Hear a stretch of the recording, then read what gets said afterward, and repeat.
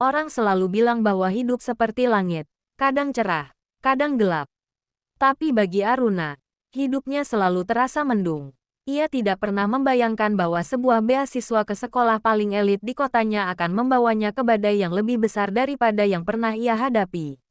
Di sekolah itu, kekuatan bukan hanya soal kepintaran, melainkan juga tentang nama keluarga, uang, dan geng yang menguasai semuanya. Dan di tengah pusat kekuasaan itu, ada Kaelan, siswa terpintar, tertampan, dan terpaling ditakuti. Semua orang menghindarinya, semua kecuali Aruna, yang justru berani menentang sikapnya. Tak ada yang tahu bahwa sebuah pertemuan sederhana di bawah hujan meteor akan mengubah hidup mereka selamanya. Bab 1 Gerbang Langit Aster. Sekolah Aster Academy berdiri megah seperti istana modern. Pilar-pilarnya tinggi. Kaca jendelanya memantulkan cahaya pagi, dan deretan mobil mewah terparkir tanpa suara. Aruna berdiri terpaku di gerbang, meremas tali ranselnya yang sudah mulai kusam. Astaga, tempat ini bahkan lebih besar daripada kampus negeri, gumamnya. Beberapa siswa lewat sambil tertawa kecil melihat sepatu Aruna yang sederhana, tapi ia menegakkan kepala, mengingat pesan ibunya. Kalau kau berjalan dengan percaya diri, dunia tidak akan mudah menjatuhkanmu. Aruna menarik napas, melangkah masuk, hingga tiba-tiba, suara klakson panjang membuatnya berhenti mendadak. Sebuah mobil hitam berhenti tepat di depannya. Pintu terbuka, keluar seorang remaja laki-laki dengan tatapan dingin, kemeja putih rapi, dan aura yang membuat orang otomatis menyingkir. Kaelan, seluruh halaman sekolah seakan menahan napas. Aruna tidak tahu siapa dia. Namun jelas anak itu bukan orang biasa. Kaelan mengangkat alis ketika melihat Aruna berdiri di jalurnya. Baru hari pertama sudah menghalangi jalan orang. Katanya datar. Aruna berkedip. Agak terkejut. Tapi tetap menjawab, maaf. Tapi aku cuma berdiri. Bukan membuat jalan tol. Kerumunan langsung berbisik panik. Tak ada yang pernah membalas Kaelan seperti itu. Tatapan mata Kaelan berubah. Campuran terkejut, tertarik, dan kesal. Tapi Aruna tetap berjalan melewatinya tanpa menoleh lagi. Dan saat itulah Kaelan tahu bahwa gadis bermata jernih itu bukan siswa baru biasa. Badai perlahan mulai terbentuk. Bab 2 Kartu Merah. Riuh suara siswa memenuhi aula besar Aster Academy. Hari ini adalah upacara penyambutan siswa baru. Lampu gantung kristal berkilau. Layar raksasa menampilkan prestasi sekolah. Dan Aruna berdiri di tengah keramaian sambil memegang jadwal kelasnya yang sudah agak kusut. Ia menatap sekeliling. Bangunan ini seperti hotel bintang 5, bukan sekolah. Namun, ada satu hal yang ia perhatikan sejak tadi. Semua orang tampak tegang, bahkan siswa senior sekalipun melirik ke arah pintu masuk dengan ekspresi was-was. Aruna memiringkan kepala. Kenapa mereka seperti menunggu raksasa bangun tidur? Tidak lama kemudian, suara langkah kaki sinkron terdengar. Tok, tok, tok. Kedatangan 4 siswa segera membuat aula hening total. Di depan adalah Kaelan, yang tadi pagi sudah membuat kesan buruk pertama pada Aruna. Di belakangnya ada 3 sahabatnya, Rev, Silvar, dan Neo, yang dikenal sebagai keempat, kelompok paling ditakuti di Aster Academy. Para guru hanya tersenyum canggung tanpa berani menegur. Kaelan memindai ruangan sebelum pandangannya berhenti, tepat pada Aruna. Ia menyipitkan mata, seakan mengecek apakah benar gadis itu yang menantangnya tadi pagi. Aruna buru-buru berpaling, menarik napas panjang. Sial, jangan cari masalah lagi. Kejadian yang tidak diduga. Upacara berlangsung lancar sampai kepala sekolah mempersilakan siswa untuk kembali ke kelas. Namun saat Aruna hendak keluar dari aula, sebuah suara dari pengeras suara membuat semua orang berhenti. Perhatian, ada pengumuman khusus untuk siswa baru yang melakukan pelanggaran terhadap anggota keempat. Semua kepala otomatis menoleh ke Kaelan. Aruna mengerjap bingung. Pelanggaran apa? Siapa pula yang berani? Hingga sebuah amplop merah menyala jatuh tepat di depan kakinya. Seluruh aula langsung tersentak. Tidak mungkin. Itu kartu merah. Dia selesai. Aruna memungut amplop itu. Tangannya sedikit bergetar ketika membaca tulisan tinta hitam tebal. Keempat kartu peringatan. Lalu di bawahnya tertulis namanya. Aruna menelan ludah. Ini apa? Seorang senior berbisik putus asa. Itu artinya kamu jadi target mereka. Semua siswa akan menghindari kamu. Tidak ada yang berani bergaul. Dan kamu akan menerima tantangan dari Kaelan. Aruna membeku. Kaelan melangkah mendekat.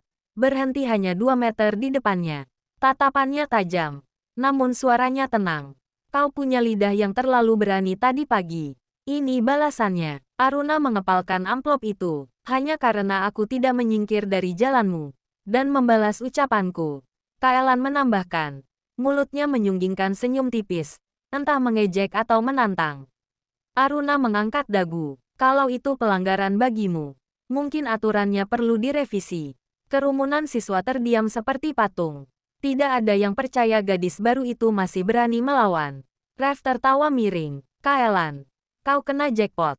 Cewek ini keras kepala. Kaelan menatap Aruna lama. Lalu berkata pelan namun menusuk.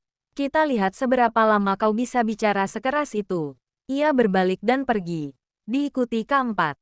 Kerumunan langsung melebarkan jalan seperti air membelah batu. Aruna berdiri sendirian di tengah aula. Menggenggam kartu merah yang membuat hidup barunya berubah drastis hanya dalam 1 hari.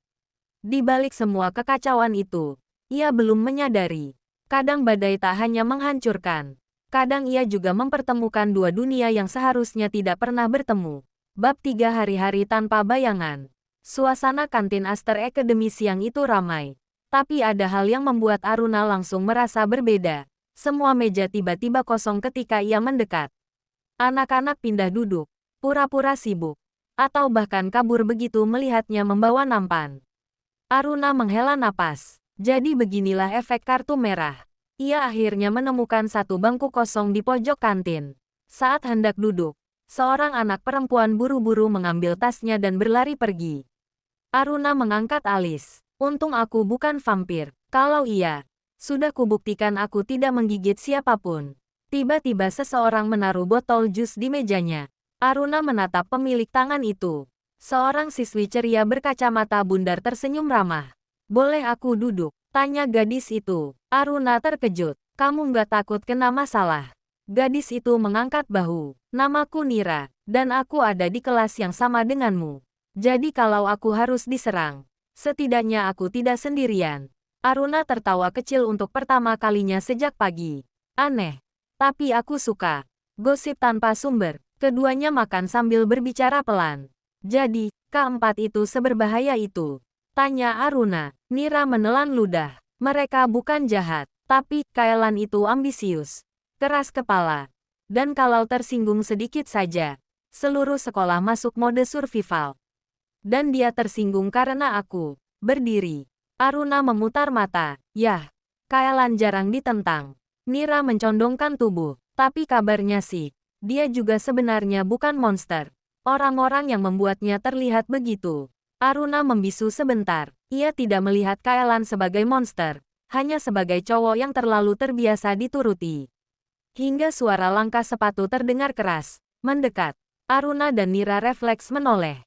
Kaelan, di belakangnya Rev, Silvar, dan Neo, pasukan lengkap. Suasana kantin langsung hening total. Kaelan berhenti tepat di depan meja Aruna. Ia menatap jus di tangan Aruna dulu. Lalu ke wajahnya. Kau masih bisa makan dengan santai setelah menerima kartu merah? Tanya Kaelan. Aruna meletakkan sendoknya perlahan. Tentu saja, aku lapar. Bukan takut. Rev berdeham sambil terkekeh. Gadis ini benar-benar beda. Nira menegang. Wajahnya pucat. Tapi Aruna tetap duduk tegak. Kaelan memiringkan kepala sedikit. Kau sepertinya belum paham aturan di sini. Kalau aturannya tidak masuk akal, jawab Aruna.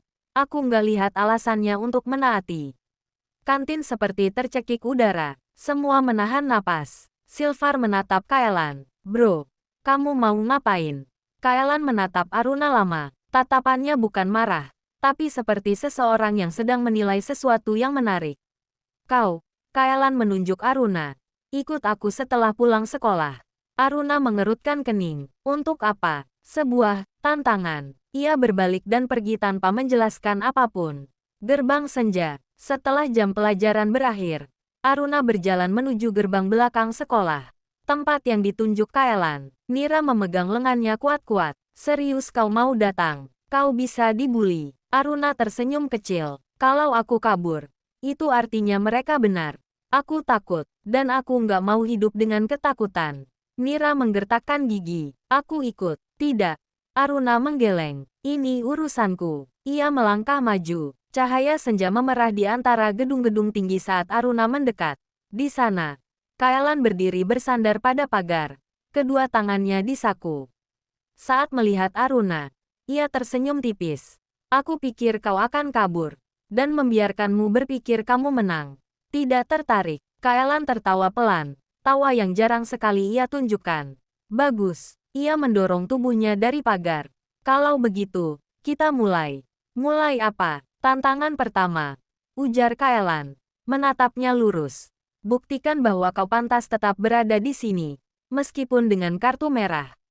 Aruna menahan napas. Dan kalau aku menolak, Kaelan mendekat setengah langkah. Tatapannya tidak mengancam. Lebih mirip rasa ingin tahu yang intens.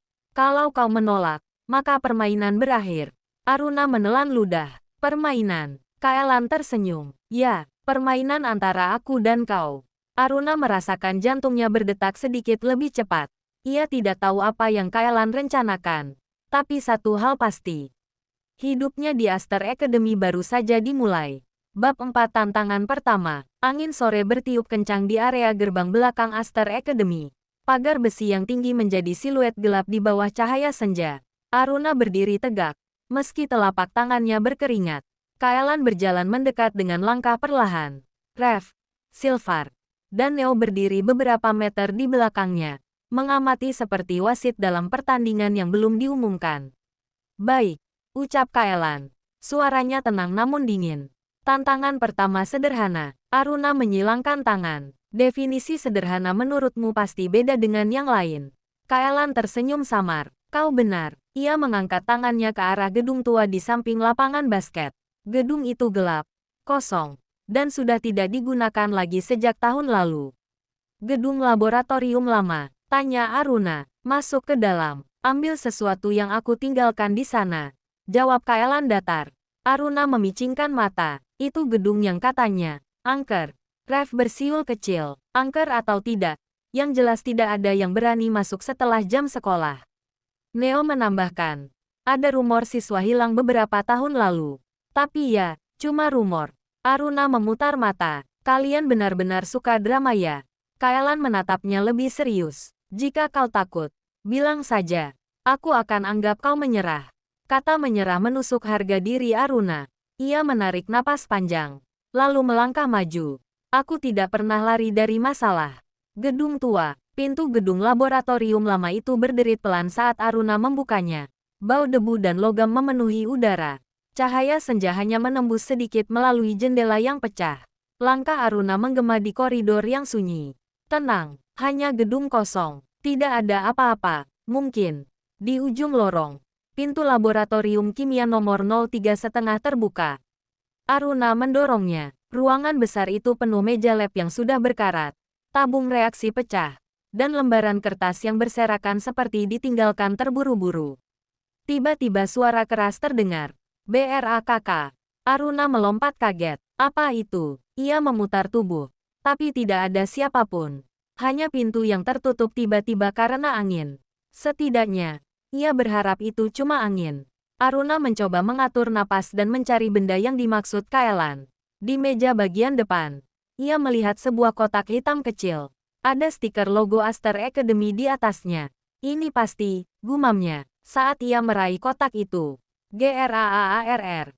Suara seperti benturan besar dari lantai atas membuat Aruna terhuyung. Debu berjatuhan dari langit-langit. Serius, apa ini efek suara level film horor? Ia meraih kotak itu dan segera keluar dari ruangan. Namun begitu sampai di koridor, ia berhenti.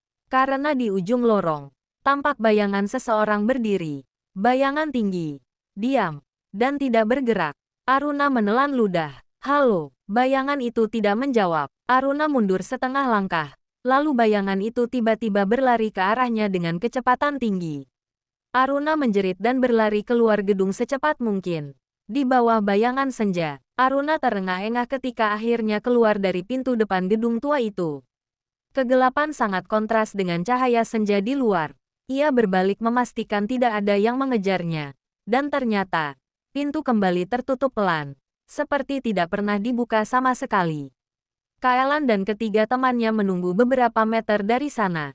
Rev bersiul. Hoa, cepat juga. Neo mengangkat alis. Kau terlihat pucat. Ada sesuatu di dalam. Aruna menunjuk ke arah gedung itu. Ada seseorang. Atau sesuatu. Sylvar tersenyum tipis. Gedung itu selalu begitu. Aruna menatap Kaelan dengan marah. Kau tahu gedung itu berbahaya. Kenapa menyuruhku masuk? Kaelan menatapnya lama. Wajahnya sulit dibaca. Kau bertahan. Itu yang penting. Jawaban yang buruk. Balas Aruna tajam. Kau kira aku main-main? Kaelan melangkah maju. Aku ingin tahu siapa kau sebenarnya. Orang biasa akan menolak tantangan itu. Aruna mengangkat dagu. Atau mungkin aku hanya ingin membuktikan bahwa kau bukan siapa-siapa untuk menakuti hidupku. Rev tertawa pelan. Tapi Kaelan sama sekali tidak tersenyum. Sebaliknya, tatapannya berubah. Lebih dingin. Lebih serius. Kau bahkan belum tahu separuhnya. Aruna. Angin berhembus kencang. Membuat daun-daun berjatuhan. Kaelan menambahkan dengan suara rendah. Penuh tekanan. Tantangan berikutnya. Jauh lebih berbahaya. Aruna mengepalkan tangan. Tidak mundur sedikit pun. Aku siap. Kaelan menatapnya seakan menilai apakah gadis itu benar-benar mengerti. Lalu ia berbalik pergi sambil berkata, "Jangan mati." Aruna hanya berdiri terpaku. Kata-kata itu bukan ancaman, tetapi peringatan. Bab 5 Luka Lama yang Terbuka. Malam itu, angin bertiup lebih dingin dari biasanya. Cahaya lampu jalan memantul pada trotoar basah setelah hujan sore. Aruna berjalan pulang dengan langkah berat. Kotak hitam kecil dari gedung tua masih ia genggam erat. Semakin ia mengingat kejadian tadi, semakin bulu kuduknya meremang. Bayangan tinggi itu, langkah kaki yang berlari, pintu yang menutup tanpa angin. Pasti ada sesuatu di gedung itu. Entah itu orang. Atau, Aruna menggeleng cepat. Tidak, jangan berpikir macam-macam. Isi kotak hitam. Begitu sampai di rumah kontrakan kecilnya, Aruna meletakkan tas dan duduk di meja belajar. Kotak hitam itu ia buka perlahan. Isinya, hanya sebuah kalung sederhana. Logam perak tipis dengan liontin kecil berbentuk bintang 5. Tunggu, ini bukan barang sekolah. Gumam Aruna. Di bawah kalung itu ada selembar catatan kecil. Jika ingin bertahan, pakai ini. Aruna menatap tulisan itu lama. Apa maksudnya? Ini perlindungan atau jebakan? Ia akhirnya menggenggam kalung itu dan memasangkannya di leher. Anehnya, logam perak itu terasa hangat. Bukan dingin seperti seharusnya. Keesokan pagi di Aster Academy, suasana sekolah tampak berbeda. Lebih banyak bisikan. Lebih banyak tatapan ke arah Aruna. Nira langsung berlari menghampirinya. Aruna, kamu baik-baik aja. Aku hidup. Jadi ya, cukup baik. Nira menatap kalung di leher Aruna. Dari siapa? Kaelan. Nira langsung membeku. Kaelan. Kalau dia yang kasih, itu biasanya punya arti. Arti apa? Tanya Aruna. Nira menggigit bibir. Jelas ragu. Aku nggak yakin kamu ingin tahu. Aruna menghela napas. Bagaimanapun, aku sudah terlanjur tahu terlalu banyak. Mereka berjalan menuju kelas. Tapi sebelum sampai, suara keras menghentikan langkah mereka. Bang! Seseorang menempelkan sebuah poster ukuran besar di papan pengumuman. Poster itu memperlihatkan foto Aruna. Diambil diam-diam saat ia keluar dari gedung tua kemarin. Di bawahnya tertulis, target resmi. Tantangan kedua segera dimulai. Kerumunan siswa langsung berbisik. Tantangan kedua, kali ini pasti lebih parah. Berani sekali dia tetap datang sekolah. Cewek itu cari mati. Aruna mengepalkan tangan. Rahangnya menegang. Kenapa mereka memperlakukanku seperti musuh negara? Namun sebelum ia bisa berbuat apapun, seseorang menarik pergelangan tangannya. Aruna terkejut. Kaelan. Kaelan menariknya ke lorong sepi di belakang gedung kelas. Sorot matanya tajam. Lebih tajam dari biasanya. Kau tidak seharusnya melihat poster itu. Aruna menepis tangannya. Kalau kau tidak ingin aku melihatnya, kau tidak perlu membuat tantangan yang nggak jelas. Kaelan memijit pangkal hidungnya. Tampak kesal, tapi bukan ke Aruna. Lebih seperti ke dirinya sendiri. Ini tidak berjalan seperti yang kupikir. Gumamnya pelan. Lalu kenapa lakukan? Balas Aruna. Kaelan menatapnya lama sekali, hingga Aruna merasa dadanya sesak oleh intensitas tatapan itu. Ada hal yang tidak bisa kujelaskan sekarang. Aruna mendengus. Tentu saja, kau pikir aku boneka yang bisa kau tarik ke sana kemari. Suara langkah kaki dari ujung lorong memotong percakapan mereka. Silver muncul. Wajahnya serius. Kaelan, kita punya masalah. Kaelan menoleh. Apa? Gedung tua. Pintu lantai 2 terbuka sendiri pagi ini. Pengawas menemukannya. Padahal tadi malam semua sudah dikunci. Aruna merinding mendengar itu. Silver melanjutkan dengan suara rendah, hampir berbisik. Dan seseorang melihat bayangan. Lagi. Kaelan menegang. Wajahnya berubah gelap. Aruna memperhatikan perubahan ekspresinya dengan hati berdebar. Kaelan, apa yang sebenarnya terjadi di gedung itu? Kaelan memejamkan mata sejenak, lalu membuka kembali dengan tatapan tajam. Mulai sekarang, ucapnya, jangan pernah mendekati gedung itu lagi. Apapun alasannya, Aruna mengerutkan kening. Kenapa? Kaelan menatap kalung bintang di leher Aruna. Karena yang mengejarmu semalam. Ia menunduk sedikit. Suaranya turun menjadi bisikan. Bukan manusia. Aruna tertahan napas. Silver menatap Kaelan tajam. Kau terlalu cepat berbicara. Dia harus tahu. Jawab Kaelan. Kalau tidak, dia akan jadi korban berikutnya. Aruna merasakan tubuhnya dingin. Korban. Berikutnya, Kaelan menatap matanya langsung. Aruna. Gedung itu punya sejarah. Dan tantangan yang kuberikan, tanpa kusadari justru membuka luka lama. Aruna mundur selangkah. Ada sesuatu yang jauh lebih besar dari sekadar permainan. Kaelan menambahkan dengan suara rendah. Nyaris seperti ancaman. Dan sekarang, bayangan itu mengejar kita berdua. Bab 6 bayangan yang mengikuti. Hujan gerimis turun sejak siang, membuat halaman Aster Academy terlihat suram. Langit gelap bergulung-gulung, seolah tahu ada sesuatu yang tidak semestinya sedang mendekat. Aruna duduk di kelas, tetapi matanya tidak fokus pada papan tulis. Kata-kata Kaelan terus berputar di kepalanya. Yang mengejarmu semalam, bukan manusia. Sekarang bayangan itu mengejar kita berdua. Ia menatap kalung bintang yang terletak di dadanya. Logamnya terasa hangat sejak pagi. Lebih hangat dari semalam. Nira mencondongkan tubuh. Kamu kelihatan pucat. Aruna. Kamu sakit. Aruna menggeleng. Cuma, kurang tidur. Padahal sebenarnya, ia tidur nyaris tidak nyenyak. Setiap kali memejamkan mata, ia merasa ada sesuatu yang mengawasinya dari sudut kamar. Bayangan panjang yang tidak pernah punya wajah. Panggilan yang tidak diinginkan. Bel kelas berbunyi istirahat. Aruna berdiri dan hendak ke perpustakaan ketika seseorang muncul di depan pintu kelasnya. Rev, dengan rambut sedikit basah oleh hujan, dan ekspresi yang jauh lebih serius dari biasanya. Aruna, panggilnya. Kaelan nyari kamu. Aruna menautkan alis. Untuk apa? Rev memijat tengkuknya canggung. Ini bukan soal tantangan kedua. Ini penting. Nira berdiri. Waspada. Kalian jangan macam-macam sama Aruna. Rev mengangkat tangan menyerah. Hei, aku nggak mau ribut sama siapapun. Lebih baik kau ikut. Kaelan lagi. Nggak normal. Kata-kata itu membuat Aruna sedikit merinding. Baik, aku ikut. Ucapnya. Ruang musik lantai 3. Kaelan menunggu di ruang musik yang jarang dipakai. Hanya ada piano hitam besar di tengah ruangan. Tirai tertutup rapat. Dan cahaya lampu kuning yang redup. Begitu Aruna masuk, Kaelan langsung berdiri dari bangkunya. Kalungnya panas. Kan? Tanyanya tanpa basa-basi. Aruna memegang liontin itu. Iya, sejak pagi. Kenapa? Kaelan menatapnya tajam. Karena bayangannya semakin dekat. Aruna menelan ludah. Apa sebenarnya yang mengejar kita ini? Kaelan berjalan mendekat. Suaranya turun menjadi nada rendah. Dulu, sekitar 2 tahun lalu, seorang siswa hilang di gedung laboratorium tua. Tidak ada jejak, tidak ada tanda-tanda, hanya bayangannya yang terlihat di kamera CCTV sebelum mati total. Aruna mundur setengah langkah. Dan kamu pikir, itu yang ku dengar kemarin. Rev menambahkan dari pintu. Bukan cuma dengar. Kamu berhadapan langsung. Kaelan mengangguk. Malam setelah insiden itu, aku dan teman-temanku masuk ke sana. Kami melakukan sesuatu yang seharusnya tidak dilakukan. Aruna menatap Kaelan, menunggu penjelasan. Kami mencoba memanggil roh siswa yang hilang itu. Lanjut Kaelan pelan.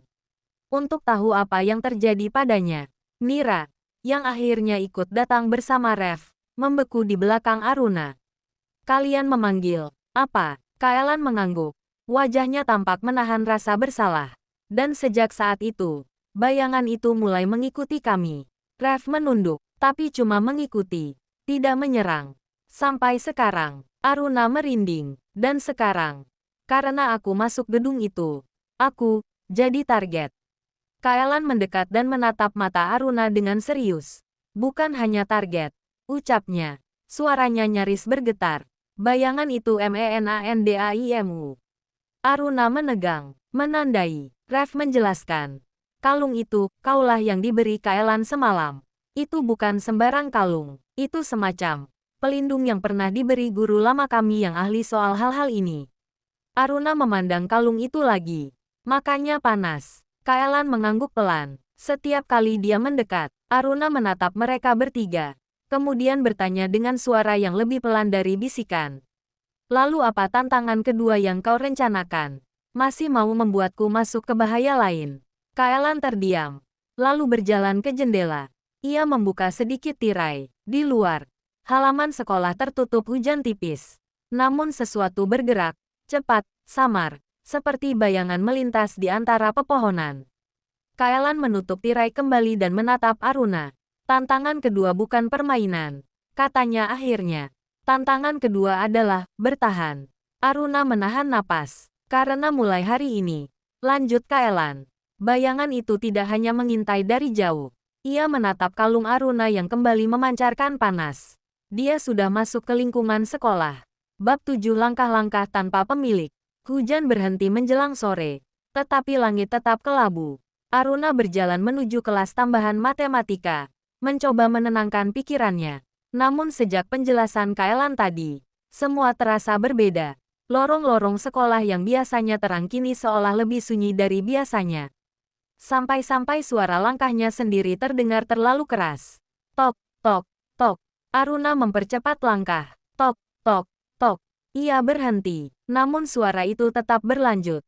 Meski ia sudah diam, Aruna mengerutkan alis. Siapa di sana? Tidak ada jawaban. Ia menelan ludah, memegang kalung bintangnya. Logamnya mulai menghangat lagi. Aku tidak takut, katanya pada dirinya sendiri. Meski suaranya bergetar sedikit. Ia menoleh ke ujung lorong. Tidak ada siapa-siapa, hanya deretan loker kosong. Namun ketika ia bergerak lagi, tok, tok, tok. Kali ini suara langkah itu terdengar lebih dekat, seperti tepat di belakangnya.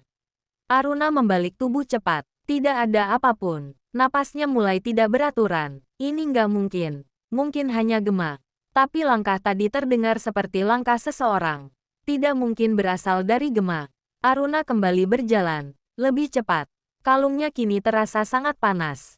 Suara dari ruang belakang. Saat Aruna hendak berbelok menuju ruang kelas, ia mendengar sesuatu dari ruang musik. Ruangan yang tadi digunakan Kaelan untuk berbicara dengannya. Tek, tek, tek. Seperti seseorang sedang menyentuh tuts piano satu persatu. Aruna terdiam. Tek, tek. Nada-nada itu tidak beraturan. Seperti seseorang yang tidak benar-benar tahu cara bermain piano. Lebih seperti meniru suara yang pernah didengarnya. Aruna mundur perlahan. Tidak, aku nggak akan masuk. Namun kalungnya tiba-tiba menjadi lebih panas. Seperti memperingatkan. Dan sebelum ia bisa pergi, suara lain terdengar dari balik pintu ruang musik. Nah, suara itu tidak keras. Tidak pula menyeramkan. Justru terlalu pelan. Seolah seseorang berbisik dari balik kaca. Aruna membekukan langkahnya. Siapa? Suaranya hampir tidak terdengar. Bisikan itu muncul lagi. Lebih jelas. Aruna menunduk. Matanya melebar. Itu suara yang sama seperti yang ia dengar samar di gedung tua kemarin malam. Tidak berat. Tidak menakutkan. Lebih seperti seseorang yang sedang memanggil minta tolong. Atau tidak ingin sendirian. Aruna merasakan perutnya mual karena tegang. Ia memegang gagang pintu. Entah kenapa, tubuhnya bergerak sendiri. Seperti seseorang menarik kesadarannya dari jauh. Namun sebelum ia benar-benar membuka pintu, Aruna, suara keras membuyarkan semuanya. Kaelan berlari menghampiri dari ujung lorong. Rev menyusul di belakangnya. Aruna melepaskan gagang pintu seketika. Kaelan. Suara itu. Kaelan memegang bahunya. Matanya membesar. Jangan pernah buka pintu itu sendirian. Rev menambahkan. Kalungmu panas, kan? Itu tanda dia tepat di balik pintu. Aruna terbelalak. Tapi, suaranya seperti minta tolong. Kaelan menatap lurus ke matanya. Aruna. Apapun suaranya, itu bukan manusia. Aruna terdiam. Kaelan menoleh ke Rev. Panggil Sylvar dan Neo. Sekarang, Rev mengangguk dan langsung berlari pergi. Kaelan menuntun Aruna menjauh dari ruang musik. Mulai hari ini, kau tidak boleh sendirian. Bahkan saat mau ke kelas sekalipun. Aruna menggigit bibir. Aku tidak mau merepotkan kalian. Kau bukan merepotkan. Jawab Kaelan cepat. Kau berbahaya jika sendirian. Mereka berhenti di depan jendela. Hujan kembali turun pelan. Kaelan menatap keluar. Wajahnya suram. Bayangan itu tidak memanggil namamu tanpa alasan. Katanya. Suara rendah dan berat. Aruna menatapnya. Apa alasannya? Kaelan menjawab tanpa menoleh. Siswa yang hilang 2 tahun lalu. Ia berhenti sebentar. Napasnya terdengar berat.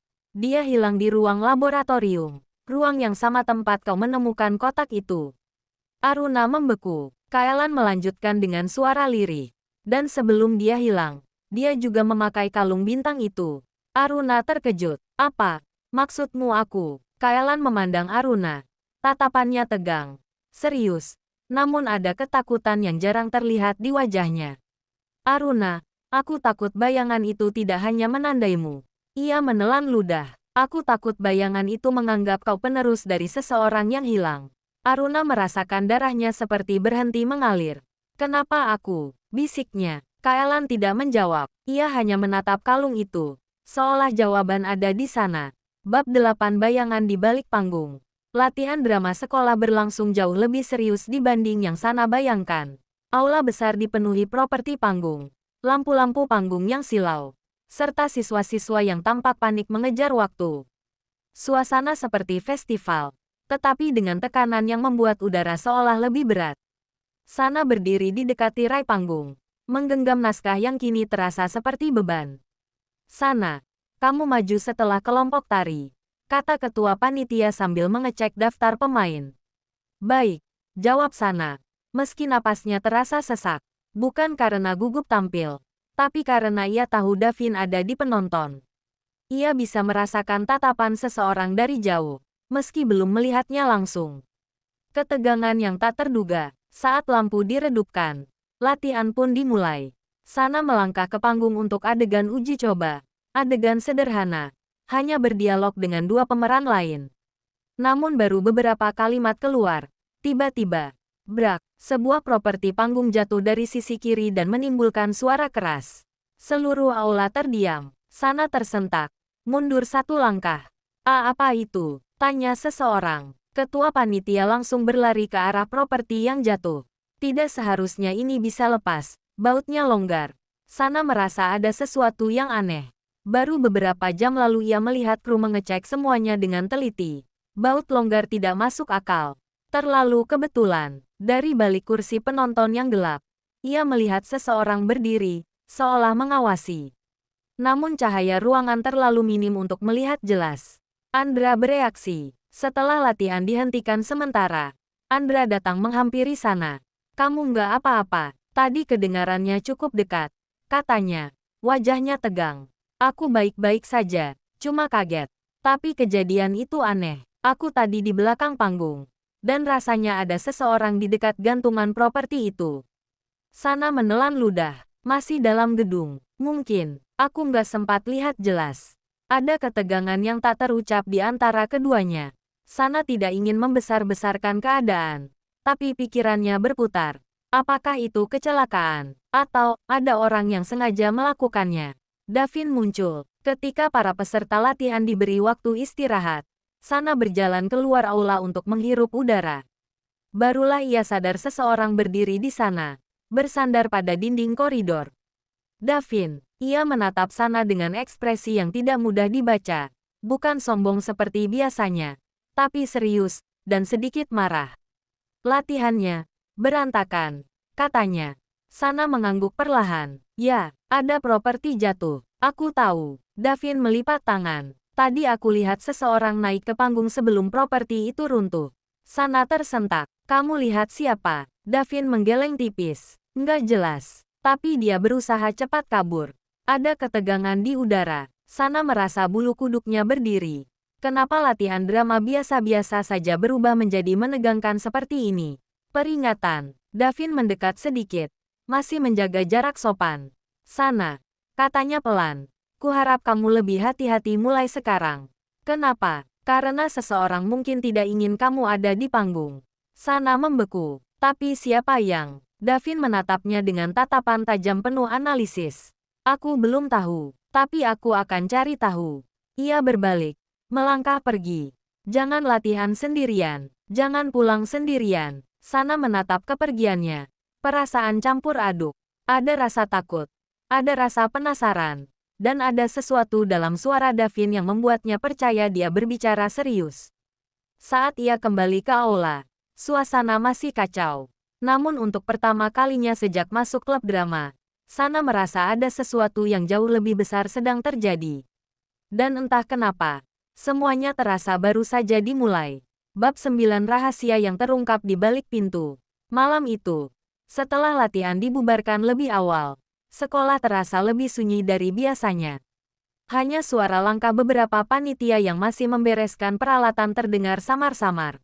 Sana menunggu Andra menyiapkan tasnya sebelum mereka pulang bersama. Namun ketika Andra meminta izin ke toilet, Sana memutuskan menunggu di koridor lantai 2, tempat yang lebih sepi tapi dekat dengan aula.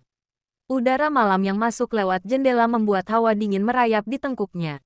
Ia membuka ponsel. Ada satu pesan tak dikenal.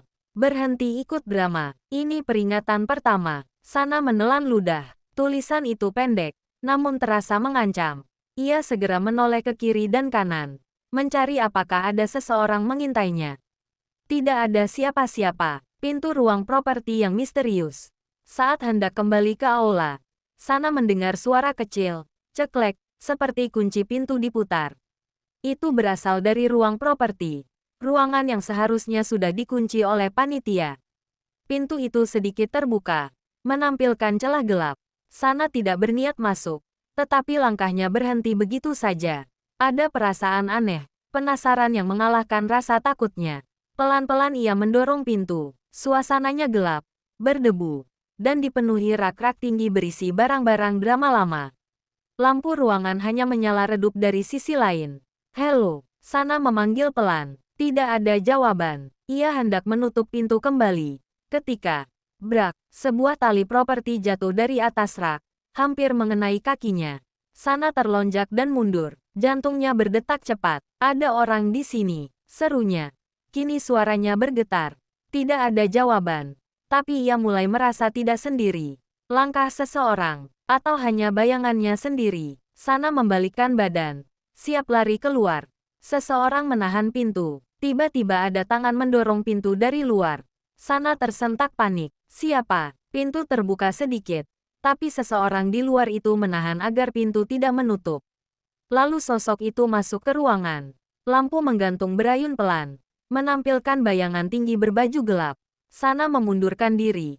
Punggungnya terbentur rak. Apa yang kamu mau? Sosok itu tidak menjawab. Langkahnya pelan, tapi pasti. Sana memandang sekeliling mencari sesuatu. Tongkat properti, kotak, apapun. Tapi sebelum ia sempat mengambil sesuatu, suara keras dari lorong mengejutkan mereka berdua.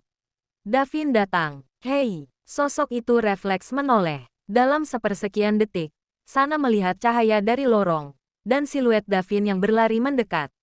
Orang berbaju gelap itu mundur cepat lalu berlari keluar lewat pintu samping ruangan properti.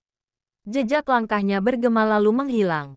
Davin langsung menghampiri Sana. Kamu nggak apa-apa. Sana mengangguk, meski suaranya serak. Dia ada di sini. Di ruangan ini. Baru aja. Davin menatap pintu samping yang terbuka. Rahangnya mengeras. Aku hampir menangkapnya. Apa kamu kenal dia? Sana masih gemetar. Tidak jelas. Tapi, sepertinya dia bukan siswa biasa. Ketegangan yang belum berakhir. Andra akhirnya datang berlari dari ujung koridor. Sana, kamu kemana? Aku dengar suara ribut. Ia terdiam melihat Sana yang pucat dan Davin yang tampak tegang. Sana hampir celaka, kata Davin datar. Andra langsung menghampiri Sana. Astaga, kamu benar-benar nggak apa-apa. Aku cuma kaget. Sana memaksakan senyum. Keduanya berdiri di sisi Sana, seolah sama-sama ingin melindunginya. Tapi suasananya justru semakin tegang. Ada sesuatu di tatapan Davin dan Andra. Keduanya sama-sama waspada, sama-sama marah. Mereka bertiga keluar dari ruangan properti. Davin memastikan pintu terkunci sebelum berkata, "Ini bukan lagi soal drama sekolah. Ada yang benar-benar mencoba mengganggu Sana." Andra mengepalkan tangan. "Aku akan pastikan dia nggak menyentuh Sana lagi."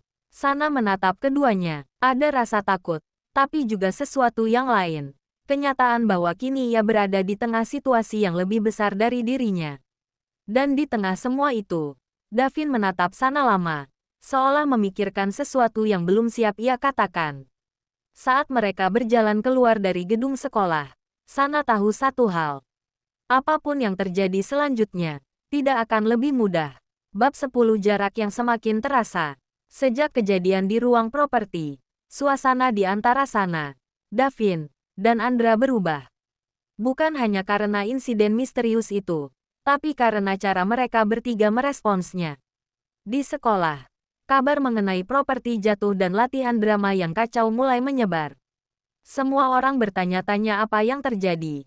Sementara Sana mencoba bersikap biasa saja meski pikirannya masih bercampur aduk. Sikap Davin yang berubah drastis. Siang itu, ketika Sana keluar dari kelas menuju kantin, ia terkejut melihat seseorang menunggu di lorong. Davin, ia bersandar di dinding.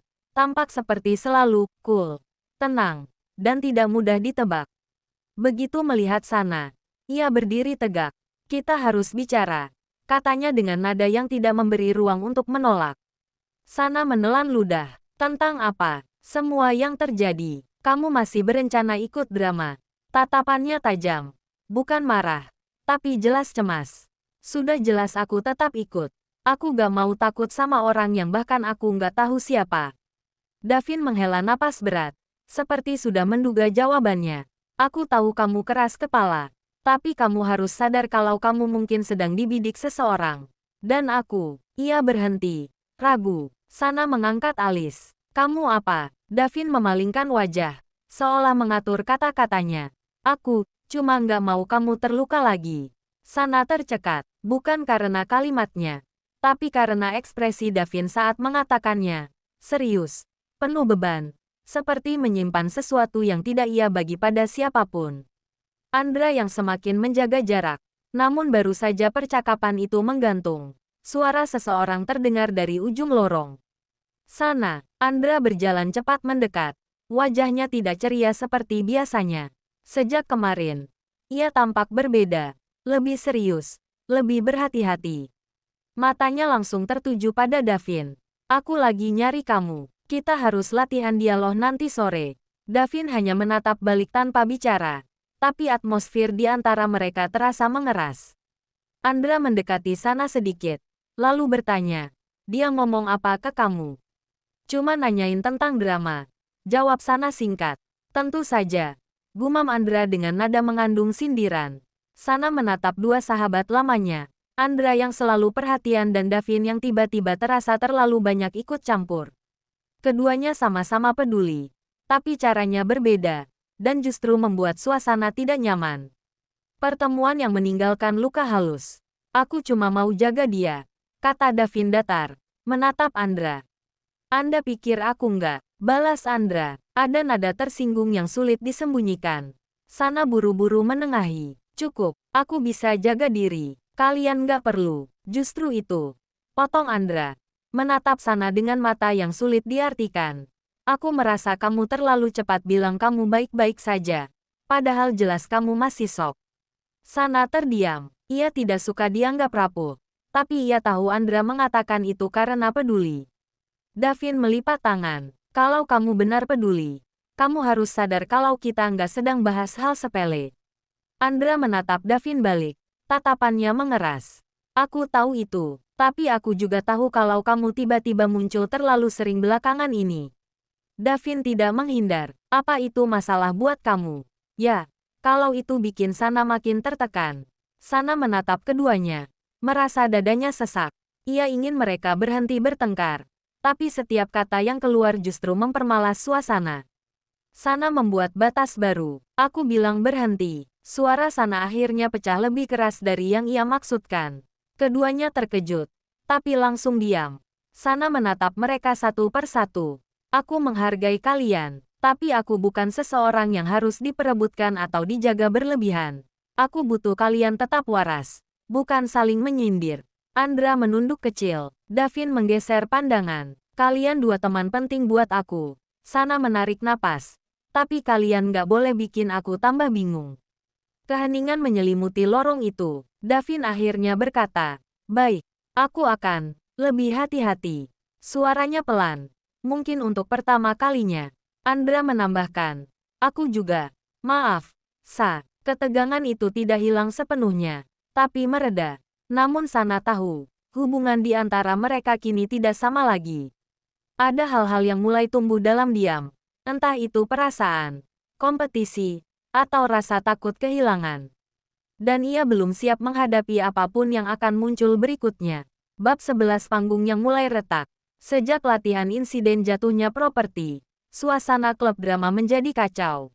Semua anggota waspada. Beberapa bahkan mulai takut untuk latihan malam. Namun ketegangan itu berubah menjadi sesuatu yang jauh lebih serius ketika rapat darurat diadakan di aula. Sana, Davin, dan Andra datang bersamaan. Tapi masing-masing lebih memilih duduk terpisah demi menghindari ketegangan yang masih menggantung dari hari sebelumnya.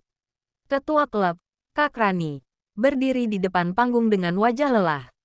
Baik semuanya, kita mulai. Rapat dimulai dengan suasana aneh. Semua anggota duduk melingkar. Ada sekitar 20 orang. Tapi suasananya sunyi seperti hanya 5. Pertama, kata Kak Rani. Insiden properti jatuh bukan kecelakaan biasa. Bisik-bisik langsung memenuhi ruangan. Beberapa kru sudah melakukan pengecekan. Bautnya diputar dengan sengaja. Lanjutnya, Sana merasa bulu kuduknya berdiri. Seseorang mengangkat tangan. Apa itu berarti ada orang luar masuk klub? Kak Rani menggeleng. Tidak, itu kemungkinan besar dilakukan oleh seseorang yang tahu jadwal latihan dan tahu tata letak panggung. Dengan kata lain, pelakunya mungkin salah satu dari anggota klub. Pernyataan itu membuat seluruh ruangan terguncang. Tuduhan tak terduga. Belum sempat suasana mereda. Salah satu anggota senior, Rico, berdiri dengan wajah kesal. Kak, saya rasa kita nggak usah muter-muter. Insiden itu mulai terjadi setelah ada anggota baru. Tatapannya langsung jatuh pada Sana.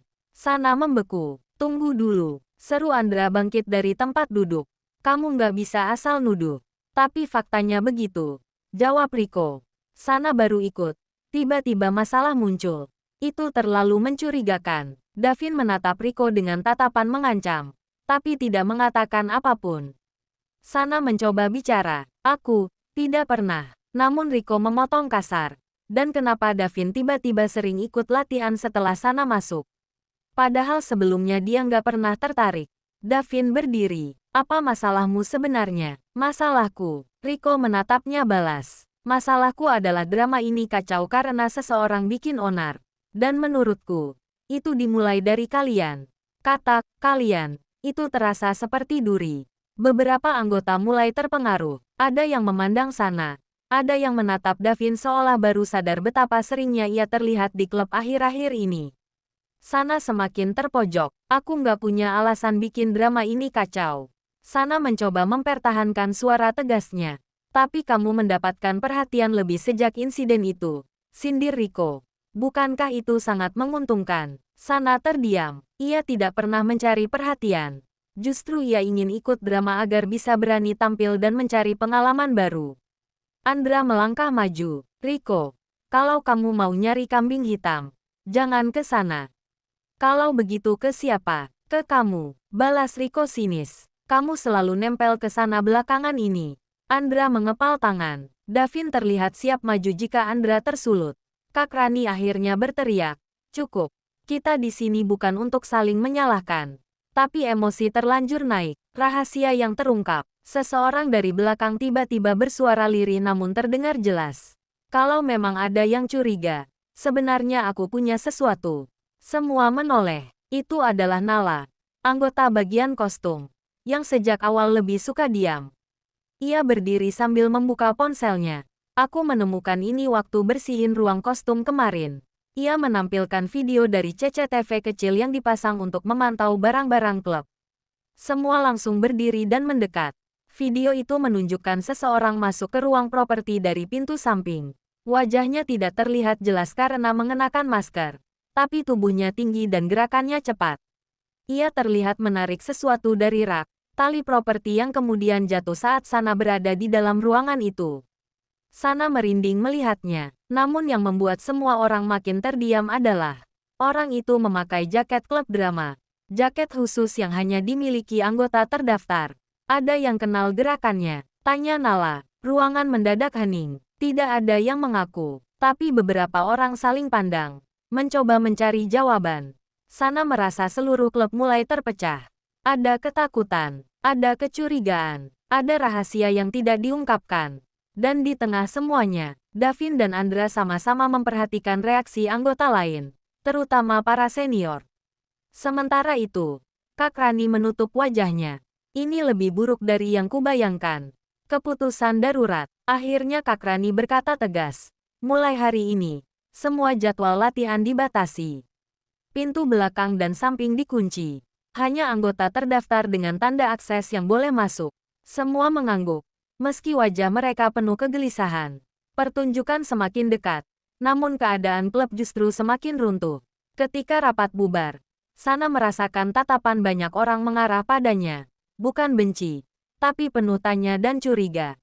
Davin menghampiri Sana. Jangan terlalu ambil hati. Ini belum selesai. Andra mendekat. Tapi satu hal jelas. Seseorang di sini tidak ingin drama ini berhasil. Sana menatap panggung kosong di depannya. Untuk pertama kalinya, panggung itu tidak lagi terasa seperti tempat untuk bermimpi. Tapi seperti arena yang penuh jebakan. Bab 12 jejak yang mulai muncul. Setelah rapat klub yang penuh pertikaian, suasana sekolah terasa lebih tenang, tapi bukan tenang yang menenangkan. Lebih seperti keheningan sebelum badai. Bisikan-bisikan tentang insiden ruang properti masih terdengar di lorong-lorong, dan beberapa anggota klub drama bahkan mulai menghindari Sana. Bukan dengan terang-terangan, tapi terasa dari jarak pandang yang cepat dijauhkan. Dari percakapan yang tiba-tiba berhenti saat ia lewat, dari tatapan yang menyiratkan rasa penasaran bercampur curiga. Sana berusaha tidak memperlihatkan hal itu mengguncangnya, tapi sulit. Kepala terasa penuh tekanan. Pertemuan rahasia di perpustakaan. Sore itu, Sana memilih menghabiskan waktu di perpustakaan sementara menunggu latihan. Tempat itu sunyi. Hanya suara kertas yang dibalik. Tanpa ia duga, seseorang duduk di kursi seberang. Davin. Ia meletakkan buku tebal seolah sedang membaca, padahal matanya hanya fokus pada Sana. Kamu kelihatan capek, katanya pelan. Semua orang di klub kayaknya ngeliatin aku sebagai sumber masalah, karena mereka nggak tahu kenyataannya. Sana menghela napas. Aku juga nggak tahu kenyataannya. Kita cuma punya video buram tanpa wajah. Davin memiringkan kepala sedikit, tapi setidaknya kita tahu pelakunya pakai jaket klub drama. Itu berarti orang dalam. Kita bisa mulai dari sana. Sana terdiam. Ia tahu Davin mulai menganalisis. Menurutmu siapa? Tanya Sana akhirnya. Davin tidak langsung menjawab. Tapi ia membuka map kecil dari tasnya. Kemarin aku minta Kak Rani daftar anggota yang punya jaket khusus klub, kata Davin. Ada 28 orang. Tapi hanya 23 yang aktif. Sana membesarkan mata. Kamu investigasi sendiri. Ada yang harus dilakukan. Nada Davin datar. Tapi sorot matanya intens dan jujur. Sana membuka map itu. Ada daftar nama. Lengkap dengan kelas masing-masing. Davin menunjuk 3 nama. Ini orang-orang yang menurutku paling mencurigakan. Sana menelan ludah. Kenapa? 1. Sering absen latihan mendadak. 2. Akses mereka ke gudang properti besar. 3. Mereka punya alasan untuk sabotase. Alasan apa? Tanya Sana gugup. Cemburu.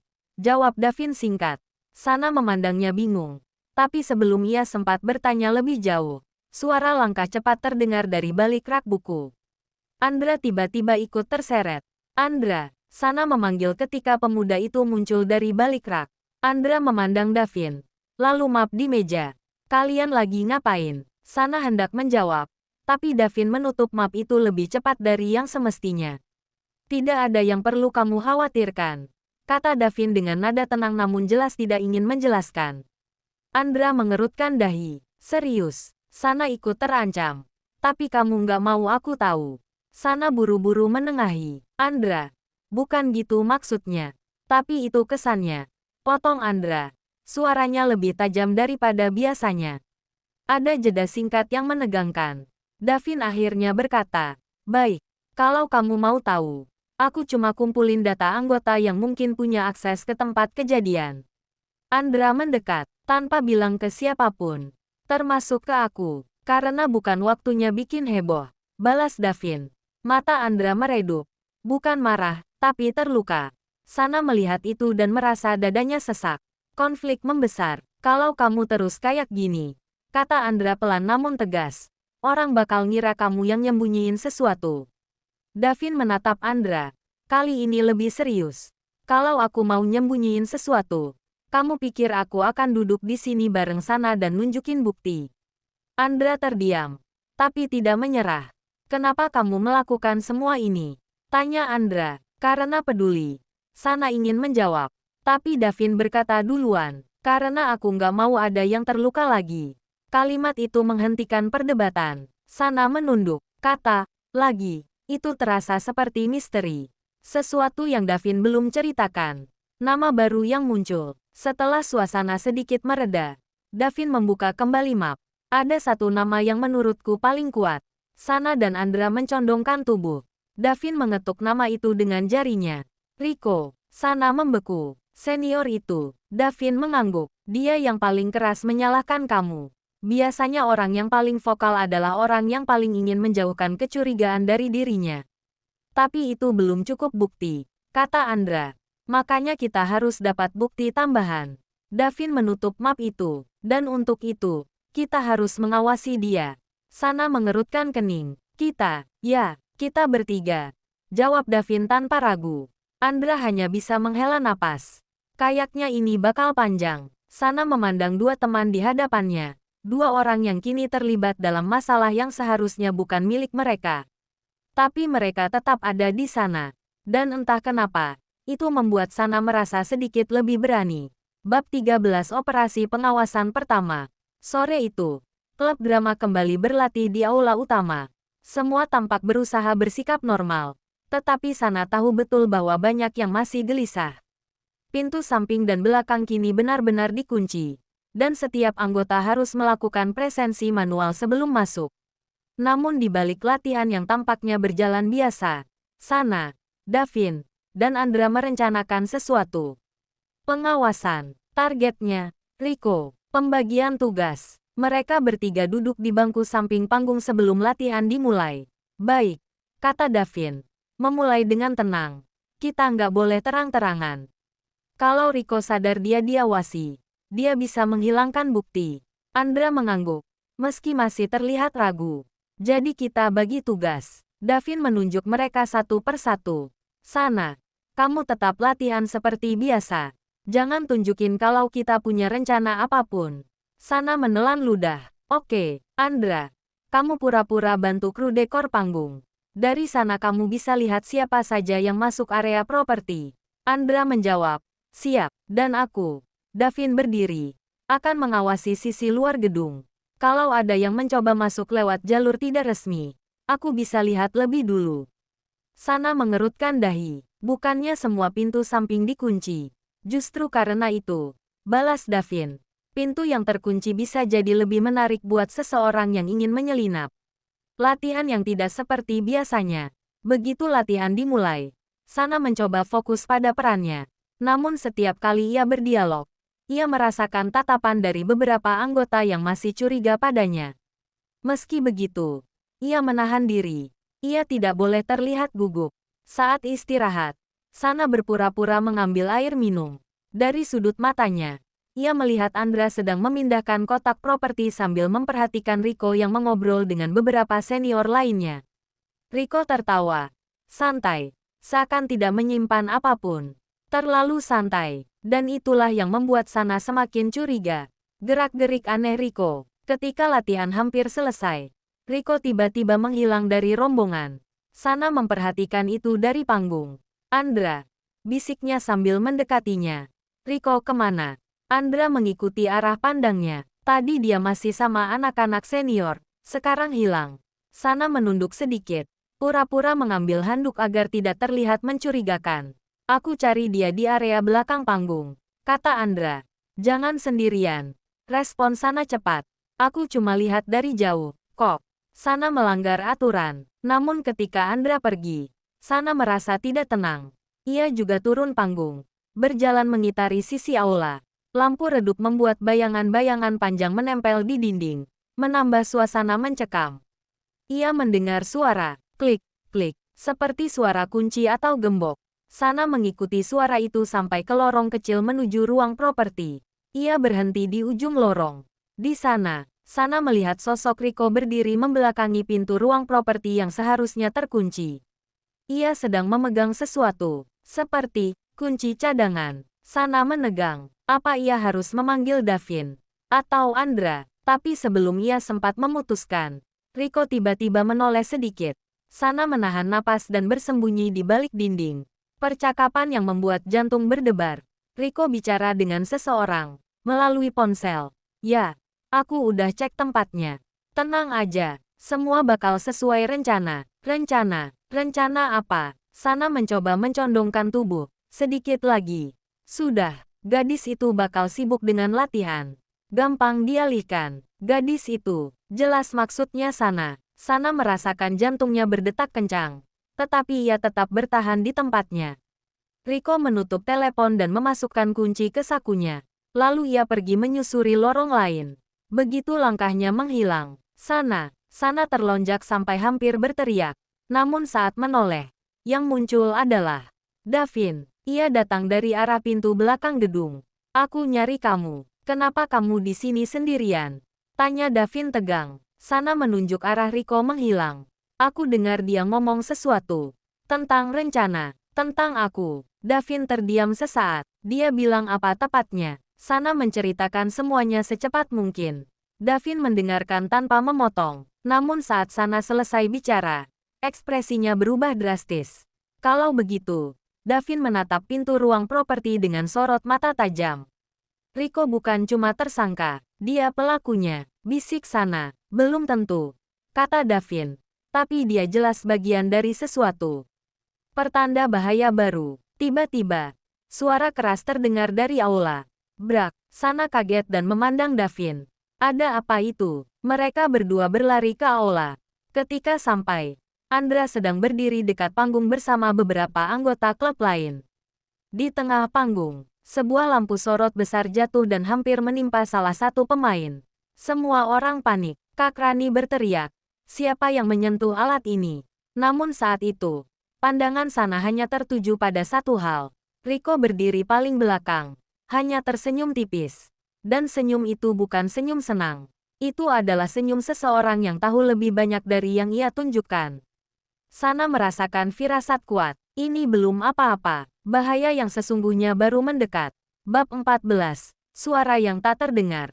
Hening. Itu satu-satunya hal yang Darrell rasakan ketika langkah kakinya berhenti di depan gedung klub drama. Atapnya yang tinggi seperti menekan dadanya. Mengingatkannya bahwa dari sini semuanya berubah. Entah menjadi lebih baik. Atau semakin berantakan.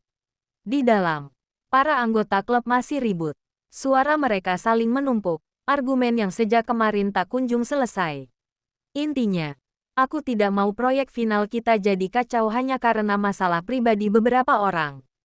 Seru Dita, masalah pribadi itu muncul karena kamu sendiri yang selalu memprovokasi. Balas Tessa dengan nada panas. Darrell berdiri di ambang pintu, menatap ruangan itu seperti sedang melihat badai dari kejauhan. Ketika Rena menyadari kehadirannya, ia terdiam. Dan seluruh ruangan ikut meredup. Darrell, Rena memanggil pelan. Ada cemas di matanya. Sesuatu yang ia sembunyikan dalam beberapa hari terakhir. Darrell menarik napas. Bisa kita bicara berdua. Beberapa anggota klub saling tatap. Sebagian mulai berbisik. Rena mengangguk, lalu mengikutinya keluar ruangan. Begitu pintu tertutup, udara terasa lebih segar, tapi tegang. Aku dengar semuanya. Darrell membuka percakapan tentang rumor latihan rahasia, tentang orang yang bilang kamu cuma mau cari perhatian, tentang peran utama yang diperdebatkan. Rena mengalihkan pandangan. Aku tidak peduli dengan semua itu. Tapi aku peduli. Potong Darrell. Lebih cepat dari yang ia rencanakan. Karena kamu terlihat tertekan. Tidak seperti biasanya. Rena terdiam sesaat sebelum akhirnya berkata, aku tidak mau membuatmu terganggu.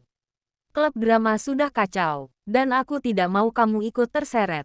Darrell menatapnya lama. Ada banyak hal yang ingin ia ucapkan. Tentang bagaimana ia selalu memperhatikan ekspresi Rena ketika ia pura-pura baik-baik saja. Tentang bagaimana ia sebenarnya ingin ada di sisi Rena, apapun yang terjadi. Namun ia tahu ia harus berhati-hati. Aku tidak merasa terseret, kata Darrell dengan pelan. Aku memilih untuk ada di sini.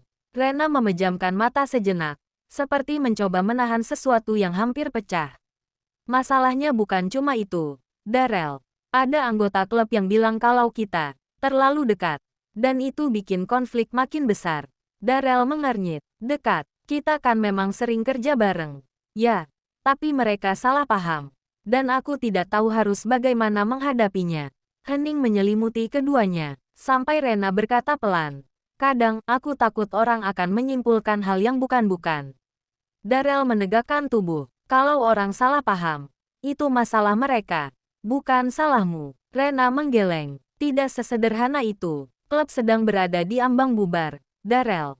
Dan aku tidak mau hubungan kita, kerja sama kita, jadi alasan mereka bertengkar. Darrell mengepalkan tangan di sampingnya. Jadi, apa kamu mau menjauh dariku demi menenangkan keadaan?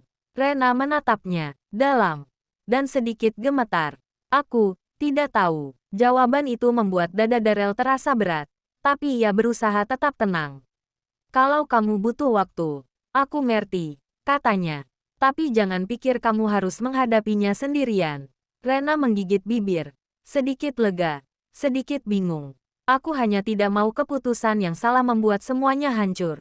Darrell hampir menjawab, tapi suara pintu terbuka dari belakang mereka membuat keduanya menoleh. Dita muncul. Wajahnya cemas. Kalian harus masuk sekarang. Ada masalah baru. Rena langsung kaku. Masalah apa lagi? Dita menelan ludah. Nadine. Dia mengundurkan diri dari klub. Katanya semua ini tidak sehat lagi. Darrell dan Rena saling tatap. Untuk pertama kalinya, keduanya menyadari. Konflik klub drama bukan sekadar keributan biasa. Ini sedang menuju titik yang tidak bisa dibalikkan. Bab 15. Pecah menjadi dua. Suasana ruang klub drama berubah drastis. Tidak ada tawa, tidak ada obrolan ringan. Semua orang duduk kaku dengan wajah tegang. Nadine berdiri di depan, memegang map biru yang biasanya ia bawa saat rapat. Namun kali ini, map itu hanya simbol keputusasaan. Aku serius, katanya dengan suara bergetar namun tegas. Aku mundur. Beberapa anggota langsung ribut. Kamu nggak bisa pergi begitu saja, seru Bagas. Justru karena aku nggak mau semuanya makin buruk, jawab Nadine, memaksakan senyum pahit. Rena bangkit dari kursi. Nadine, ini bukan salahmu. Kita masih bisa. Tidak, Ren. Nadine memotongnya dengan pelan. Setengah dari anggota klub ini sibuk saling tuduh. Sisanya cuma diam dan berharap badai hilang dengan sendirinya. Aku capek. Darrell memperhatikan semuanya dari belakang ruangan. Tangannya mengepal. Ia tahu Nadine bukan tipe yang mudah menyerah. Jika dia sampai mengundurkan diri, berarti situasinya benar-benar parah. Dita maju. Suaranya keras dan penuh emosi. Semua ini mulai kacau sejak orang-orang tertentu merasa berhak menentukan siapa yang pantas jadi pemeran utama. Tessa bangkit. Maksudmu aku? Kalau bukan kamu, siapa lagi? Dita menyambar cepat. Jangan salahin aku karena kalian gak profesional. Suara meja dipukul keras. Semua menoleh. Itu Rena. Cukup. Ruangan mendadak sunyi. Rena menatap semua orang. Matanya berkaca-kaca namun tenang. Dari dulu klub drama ini berdiri atas dasar kerjasama, bukan adu ego. Kalian sedang menghancurkan sesuatu yang kita bangun bersama. Tessa menyilangkan tangan. Kalau kamu merasa semua orang salah, Rena, kenapa kamu nggak bilang dari awal? Atau karena kamu terlalu sibuk latihan sama Darrell? Beberapa anggota terdiam. Ada yang terkejut, ada yang menahan komentar. Pipi Rena memanas. Darrell melangkah maju. Tessa, itu tidak adil. Yang tidak adil adalah seseorang mendapat perlakuan khusus. Balas Tessa. Dita menimpali. Dan seseorang merasa terancam kalau peran utama tidak jatuh ke dia.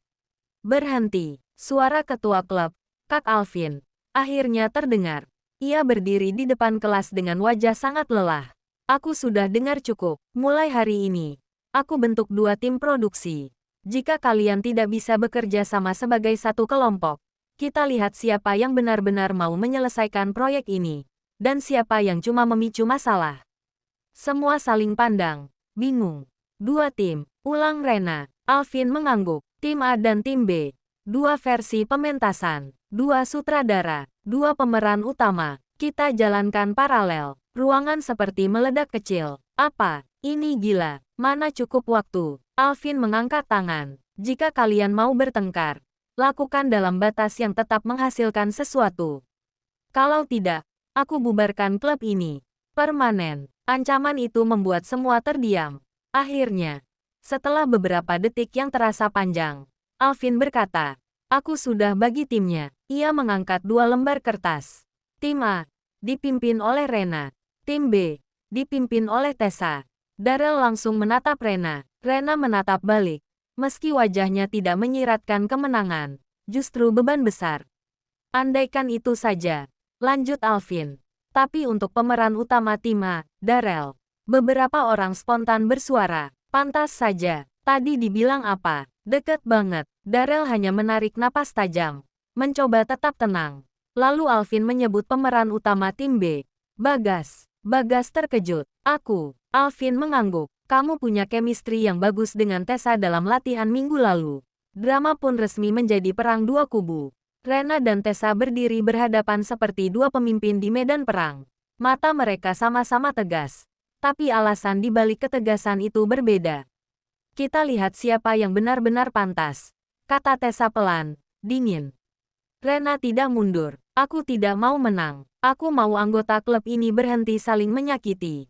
Tessa tersenyum kecil. Sayangnya, itu bukan tujuan semua orang. Darrell melihat keduanya, lalu menatap kertas pembagian tim. Kedua kubu telah terbentuk. Pertempuran baru dimulai, dan ia tidak yakin siapapun bisa keluar tanpa luka. Bab 16. 2 panggung. 2 tekanan. Papan pengumuman di koridor sekolah hari itu dipenuhi kertas, coretan, dan belasan nama anggota klub drama yang kini terbagi menjadi 2 tim. Siswa-siswa yang lewat membaca dengan penasaran. Beberapa berbisik seolah sedang menyaksikan awal dari sebuah pertandingan besar. Bagi Darrell, pertandingan itu justru lebih seperti bom waktu. 1. Tim A. Awal yang goyah. Latihan pertama tim A berlangsung di ruang musik yang biasa mereka pinjam.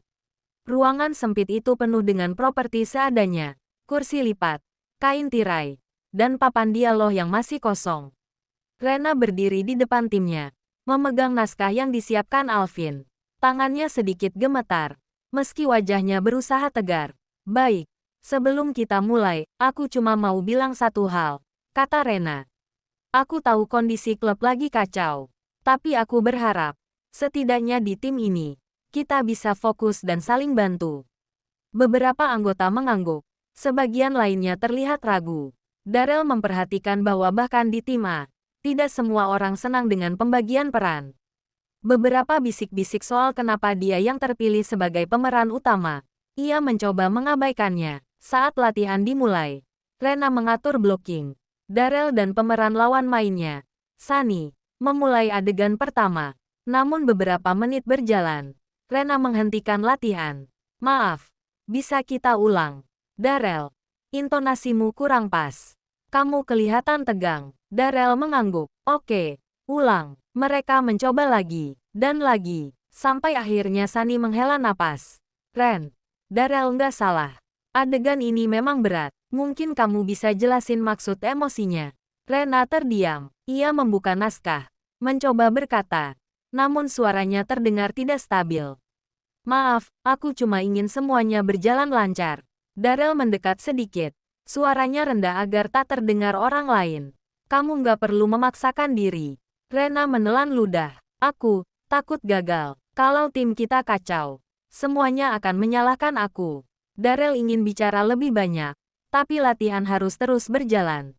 Dan tekanan Rena semakin terlihat.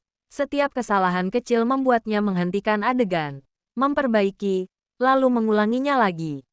Akhirnya Bagas yang mengintip lewat pintu sambil menyeringai membuat suasana makin panas. Latihan yang bagus, sindirnya sebelum pergi. Rena mengepalkan tangan. Darrell tahu ini baru permulaan. 2. Tim B. Kemenangan semu.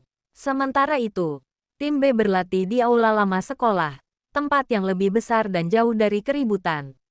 Tessa berdiri di tengah ruangan, memproyeksikan suara dengan percaya diri. Mulai dari adegan 3, katanya, Bagas, kamu masuk dari kanan. Jangan lupa volume suara dinaikkan.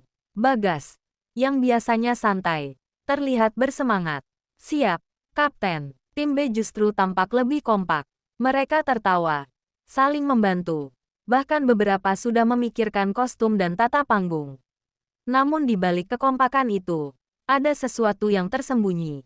Tessa terlalu fokus pada mengalahkan Rena. Di akhir latihan, ia berkumpul bersama Bagas dan beberapa anggota inti. Target kita bukan cuma pementasan berjalan bagus, kata Tessa. Kita harus menunjukkan kalau keputusan memilih Rena sebagai ketua tim A adalah kesalahan. Bagas mengerutkan dahi. Bukannya kita fokus saja ke latihan. Tessa menatapnya dalam. Ini bukan sekadar latihan. Ini pembuktian. Meski Bagas tidak sepenuhnya setuju, ia tidak mengatakan apa-apa. 3. Tekanan yang menghimpit. Sore itu, Darrell dan Rena keluar lebih akhir dari ruang latihan. Ruangan sudah kosong. Tinggal sampah bungkus minuman dan naskah yang terserak. Rena duduk di kursi. Wajahnya lelah. Aku nggak tahu bisa terus begini atau nggak. Kamu bisa, jawab Darrell tanpa ragu. Darrell, aku bahkan belum bisa menenangkan tim sendiri. Karena kamu mencoba terlalu keras untuk menyenangkan semua orang. Rena mengangkat wajah, terkejut. Darrell melanjutkan. Kamu pemimpin, bukan penyihir. Kamu nggak bisa bikin semua orang setuju. Tapi kamu bisa pastikan mereka punya arah. Rena terdiam. Tapi ia tampak berpikir. Setelah beberapa saat, ia berkata, aku takut kamu juga kena imbasnya. Darrell menatapnya, tegas. Aku di sini bukan karena terpaksa. Aku mau ada di tim kamu. Titik. Rena membuka mulut, ingin membalas. Tapi pintu tiba-tiba diketuk keras. Dita masuk dengan wajah panik. Kalian harus lihat ini. Darrell dan Rena saling tatap sebelum mengikuti Dita keluar. Di papan pengumuman klub drama, ada kertas baru ditempel. Poster versi awal pementasan tim B, sudah desain, sudah konsep, dan sudah tersebar. Lebih buruk lagi, di pojok bawah tertulis kecil. Tim A belum menentukan konsep. Tim B sudah selangkah di depan. Rena terdiam. Darrell merasakan dadanya ikut menegang. Perang dua tim baru saja naik satu level. Bab 17. Bayangan di balik panggung. Pagi hari di sekolah yang biasanya penuh suara obrolan sekarang terasa seperti arena kompetisi. Dua poster besar pementasan, tim A dan tim B, tertempel berdampingan di dinding koridor. Namun poster tim B jauh lebih menarik perhatian. Beberapa siswa berkumpul, menunjuk poster tim B sambil berkomentar. Konsepnya keren banget, tim A belum bikin apa-apa ya. Dengar-dengar, mereka nggak kompak. Komentar itu bukan hanya menusuk telinga Rena. Ia merasa komentar itu seperti beban yang semakin menekan dari hari ke hari. 1. Suara yang tidak terlihat. Di ruang kelas, Rena duduk sambil memandangi buku catatannya. Darrell memperhatikannya dari bangku sebelah. Kita bisa balikin keadaan, kata Darrell pelan. Asal kamu nggak menyerah. Aku nggak menyerah, balas Rena. Aku cuma takut orang-orang benar. Benar tentang apa? Bahwa aku nggak cocok jadi ketua tim. Darrell mencondongkan tubuh sedikit, tetap menjaga jarak aman. Nada suaranya tenang. Kamu ketua bukan karena dipilih asal. Kamu ketua karena kamu punya pengaruh. Bahkan sekarang, tim kamu masih mau latihan meski keadaannya berat. Rena menatapnya. Mata berkedip cepat, tanda ia berusaha menahan emosi. Namun sebelum ia sempat menjawab, Bagas masuk lewat pintu belakang. Tertawa kecil dengan dua orang dari tim B. Ren. Katanya sambil pura-pura ramah. Poster tim B keren kan? Kamu sudah lihat. Rena mengangguk tipis tanpa bicara. Bagas mendekat dan berbisik cukup keras agar Darel mendengar. Buruan bikin konsep ya. Nanti keburu kalah. Darel berdiri dari kursinya. Tapi Rena menahan lengan bajunya sebentar. Tidak menarik. Tidak menggenggam. Hanya menyentuh secukupnya untuk memberi sinyal. Sudahlah. Katanya pelan. Bagas pergi sambil tersenyum miring. Darel menarik napas dalam-dalam. Menahan komentarnya. Dia sengaja memancing. Aku tahu. Jawab Rena. Tapi kalau aku terpancing, itu cuma membuktikan yang mereka bilang. Darel hanya bisa menatapnya. Kagum sekaligus khawatir. 2. Fitnah kecil yang membesar. Siang harinya. Berita baru mulai beredar di grup chat kelas. Rumor, tim A belum latihan serius. Ketua timnya bingung dan tidak mampu mengatur pemain. Rumor lain, Darel hanya terpilih karena dekat dengan Rena. Rumor itu menyebar tanpa sumber jelas. Beberapa anggota tim A mulai cemas. Ini parah. Keluh Sunny. Kalau semua percaya rumor itu, siapa yang mau nonton versi kita? Rena meremas tangan. Rasa pusing mulai menyerang. Darel masuk ke ruangan tepat saat bisik-bisik mulai memanas. Dia melihat wajah Rena yang kelelahan. Lalu maju ke depan. Oke. Semuanya dengar. Katanya tegas. Kalian mau percaya rumor? Silakan. Tapi kalau kalian ada di sini, itu berarti kalian mau buktiin sendiri hasil kerja kita. Ruangan hening. Kita nggak harus balas rumor dengan rumor. Lanjutnya, kita balas dengan kerja nyata. Beberapa anggota saling tatap. Ada yang perlahan mengangguk. Rena menatap Darel. Ada sesuatu di matanya. Campuran syukur, lega, dan keberanian kecil yang mulai kembali tumbuh. 3. Strategi baru. Setelah latihan, Rena memanggil tim inti. Darel, Sunny, dan Ando. Aku sudah pikirkan konsep pementasan kita, kata Rena. Aku ingin kita fokus pada cerita yang kuat, bukan efek visual. Ando bertanya, konsepnya seperti apa? Rena membuka buku catatan, halamannya penuh coretan, diagram, dan ide-ide kecil. Aku ingin kita membuat versi yang lebih emosional, lebih manusiawi, yang bikin penonton merasa dekat dengan karakternya. Darel tersenyum tipis. Itu pas banget dengan gaya kamu. Rena mengangguk. Tapi kita harus gerak cepat. Kita harus kerja lebih keras dari sebelumnya. Tim inti sepakat. Semangat itu, yang sempat menghilang, perlahan kembali. 4. Sesuatu yang janggal. Sore menjelang gelap ketika semua mulai pulang. Darel dan Rena berjalan keluar ruangan latihan. Koridor lengang. Tapi ada rasa tidak nyaman di udara. Rasanya, hari ini berat. Ya, kata Rena dengan senyum kecil. Tapi kamu melewatinya, jawab Darel. Saat mereka hendak berpisah di tangga, tiba-tiba Darel berhenti. Rena, katanya pelan. Ada satu hal. Rena menoleh. Apa? Poster tim B yang ditempel pagi tadi. Darel mengernyit. Desain dan konsepnya terlalu mirip rancangan awal klub. Yang itu kamu dan Alvin susun semester lalu. Rena membeku. Maksudmu? Seseorang mengambil ide itu, lanjut Darel, dan menggunakannya seolah milik mereka. Rena menelan ludah. Wajahnya tegang. Aku hanya menunjukkan konsep itu kepada Tessa beberapa bulan lalu. Darel menatapnya lama. Berarti, katanya pelan, persaingan ini sudah dimulai jauh sebelum pembagian tim. Rena terdiam. Untuk pertama kalinya, ia sadar, konfliknya bukan sekadar perebutan peran. Ini masalah kepercayaan yang pernah ia berikan kepada orang yang salah. Bab 18. Api yang tidak padam. Keesokan harinya, sekolah kembali ramai. Namun bagi Rena, setiap langkah menuju ruang klub terasa seperti berjalan di atas lantai rapuh. Ia membawa buku konsep yang sudah ia perbaiki semalaman. Mata panda sedikit terlihat, tapi ia tetap berdiri tegak. Di depan ruang klub, Tessa dan Bagas sedang berdiri sambil melihat poster baru untuk promosi internal. Tessa tersenyum tipis ketika melihat Rena datang. Senyuman yang tidak terlalu ramah. Pagi, Rena, ujar Tessa dengan nada seolah biasa saja. Ternyata kamu sudah mulai bergerak juga ya. Rena menahan napas. Tentu saja, tim A sudah punya konsep.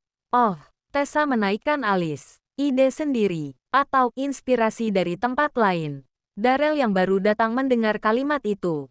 Ia berhenti di samping Rena. Wajahnya mengeras. Kalau kamu mau bilang sesuatu, bilang langsung. Jangan muter-muter. Tessa menatap Darrell sambil tersenyum. Aku cuma tanya, tidak boleh. Ya, Bagas menepuk pundaknya. Memberi sinyal agar mereka pergi. Namun sebelum pergi, Tessa berbisik halus. Namun cukup jelas. Hati-hati dengan konsepmu, Rena. Jangan sampai orang pikir kamu meniru kami. Rena mengepal tangannya. Namun tetap menahan diri. Ia tidak ingin pecah di depan semua orang. 1. Rencana yang mulai terbentuk. Di dalam ruang latihan tim A, Rena menggelar papan konsep yang telah ia susun. Meski wajahnya masih cemas, semangatnya kembali terlihat. Baik, katanya sambil menarik napas panjang. Ini konsep final kita. Di papan tertempel gambar-gambar referensi, alur cerita, dan pengaturan panggung. Bukan konsep paling canggih, tapi penuh kedalaman. Kita akan buat pementasan seperti perjalanan batin seorang tokoh yang mengalami konflik identitas. Fokus pada emosi, ekspresi, dan musik. Jelas Rena. Sunny mengangguk. Aku suka. Simple. Tapi kuat. Ando. Rena menatap anak yang biasanya pendiam. Kamu jago musik. Bisa bantu bikin komposisi sederhana. Wajah Ando cerah. Bisa. Aku punya beberapa ide juga. Darrell mendekat dan melihat papan konsep itu dengan bangga. Ini kamu banget, katanya pelan. Kita bisa menang dengan gaya kita sendiri. Untuk pertama kalinya sejak konflik dimulai, beberapa anggota tim A terlihat benar-benar bersemangat. 2. Sabotase kecil. Setelah latihan selesai, Rena pergi ke gudang sekolah untuk mengambil properti yang diperlukan. Darrell ingin ikut. Tetapi Rena berkata ia bisa sendiri agar Darrell tidak terlambat kelas berikutnya. Namun ketika Rena membuka pintu gudang, ia terpaku. Beberapa properti yang ia pesan untuk tim A, termasuk kain tirai, set kursi ringan, dan papan ekspresi yang akan dipakai di adegan penting, hilang dari rak. Tidak mungkin, bisiknya. Ia mengingat jelas menaruh daftar barang itu kemarin. Bahkan Ando sempat melihatnya. Rena memeriksa daftar pinjaman properti di papan. Ada tanda tangan seseorang yang meminjam barang-barang itu pagi tadi. Tanda tangannya jelas. Tessa. Rena hampir tidak percaya. Ia menggigit bibir. Mencoba tetap berpikir jernih. Dia, sengaja, bisiknya sendiri. Tepat saat itu, Dita muncul di pintu gudang. Ren, kamu baik-baik saja. Rena menunjuk rak kosong. Dita menganga. Itu, bukannya untuk latihan kita. Ya, jawab Rena pelan. Terus kenapa Tessa? Dia tahu kita pakai barang itu. Potong Rena. Dia tahu kita butuh. Dita mengepalkan tangan. Ini sudah keterlaluan. Ini sabotase. Rena menggeleng cepat. Jangan bilang ke yang lain. Tim kita baru mulai stabil. Kalau mereka tahu, mereka bisa marah besar. Terus kita diam aja. Rena menatap rak kosong itu lama. Lalu berkata, aku akan bicara dengan Tessa. Sendirian. 3. Konfrontasi pertama. Saat pulang sekolah. Koridor sudah sepi. Rena melihat Tessa di depan loker. Memeriksa sesuatu. Cahaya senja memantul di rambutnya yang panjang. Membuat suasananya terasa lebih dingin. Rena mendekat dengan langkah pasti. Tessa. Tessa menoleh. Ada apa? Kamu meminjam properti yang sudah aku pesan untuk tim A. Oh, Tessa memasang wajah seolah baru ingat. Iya. Aku butuh untuk adegan kami. Lagian, duluan yang ambil. Duluan yang dapat. Kan? Tapi kamu tahu itu untuk timku. Kata Rena. Nada suaranya lebih tajam dari biasanya. Tessa membalas dengan senyum kecil yang tidak hangat. Rena, ini kompetisi. Kamu tidak bisa berharap semuanya berjalan manis. Kompetisi tidak berarti kamu boleh merusak kerja orang lain. Tessa menutup loker dengan suara klak yang nyaring. Aku tidak merusak apa-apa. Aku hanya memanfaatkan kesempatan. Tessa, Rena berkata pelan. Namun tegas. Kenapa kamu melakukan ini? Kenapa kamu tiba-tiba memusuhi aku seperti ini? Untuk sesaat, tatapan Tessa berubah. Ada sesuatu di mata itu. Perasaan lama yang sulit dijelaskan. Namun ia kembali tersenyum. Saya cuma melakukan yang dibutuhkan. Kalau kamu mau menang, perjuangkan sendiri. Rena diam, namun napasnya bergetar halus. Aku tidak sedang memperebutkan kemenangan. Aku hanya ingin klub kita tetap utuh. Tessa berbalik, berjalan pergi, lalu berkata tanpa menoleh. Masalahnya, Rena, tidak semua orang ingin tetap bersatu. Rena berdiri lama di tempat. Ucapan itu menancap dalam. 4. Dukungan yang datang terlambat. Ketika Rena akhirnya keluar dari gedung sekolah, Darrell sedang menunggu di dekat pagar. Ren, aku cari kamu dari tadi, katanya cemas. Kamu nggak apa-apa. Rena tersenyum kecil. Aku, baik. Darrell langsung tahu itu tidak benar. Tadi ada yang bilang kamu ke gudang. Ada apa? Rena menatap senja yang semakin hilang. Tessa, meminjam semua properti yang kita butuhkan. Darrell membeku. Rahangnya mengeras. Apa? Tapi Rena mengangkat tangan. Menenangkan. Aku sudah bicara sama dia. And then, dia tidak mau mengembalikan. Darrell menahan diri agar tidak meninggikan suara. Ren, kamu seharusnya bilang ke aku. Darrell, Rena menatapnya. Suaranya lembut namun lelah. Aku nggak mau kamu melompat ke konflik yang bukan kamu yang mulai. Ini bukan soal konflik, balas Darrell. Ini soal kamu tidak sendirian. Rena terdiam. Untuk beberapa detik, ia tampak rapuh. Namun ia cepat-cepat menutupinya dengan senyum tipis. Aku tahu, makasih. Darrell ingin berkata lebih banyak, tapi ia menahan diri. Ia memilih berjalan bersamanya menuju gerbang sambil berpikir keras tentang apa yang harus mereka lakukan. Satu hal pasti, tim B tidak hanya ingin menang. Mereka ingin membuat tim A hancur pelan-pelan. Dan ini baru awal sabotase. Bab 19. Retak yang mulai merekat. Luka yang mulai terbuka. Keesokan paginya, suasana ruang latihan tim A dipenuhi bisik-bisik gelisah. Isu properti hilang sudah sampai ke telinga sebagian anggota. Meski Rena berusaha menahannya. Apa benar barang-barang kita dipakai tim B? Mereka keterlaluan banget sih. Kita latihan pakai apa sekarang? Rena menepuk tangan. Semua. Tenang dulu. Kita akan cari solusi. Jangan panik. Namun wajahnya tetap memancarkan kelelahan yang tidak bisa disembunyikan. Darrell maju ke depan tim. Mencoba mengalihkan perhatian. Kita mungkin kehilangan properti. Tapi kita masih punya sesuatu yang lebih penting. Sunny menghela napas. Apa itu? Darrell tersenyum kecil. Kreativitas. Beberapa anggota tertawa kecil.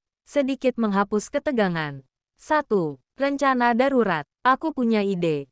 Kata Rena sambil membuka buku catatannya. Kita bikin properti alternatif dari bahan daur ulang.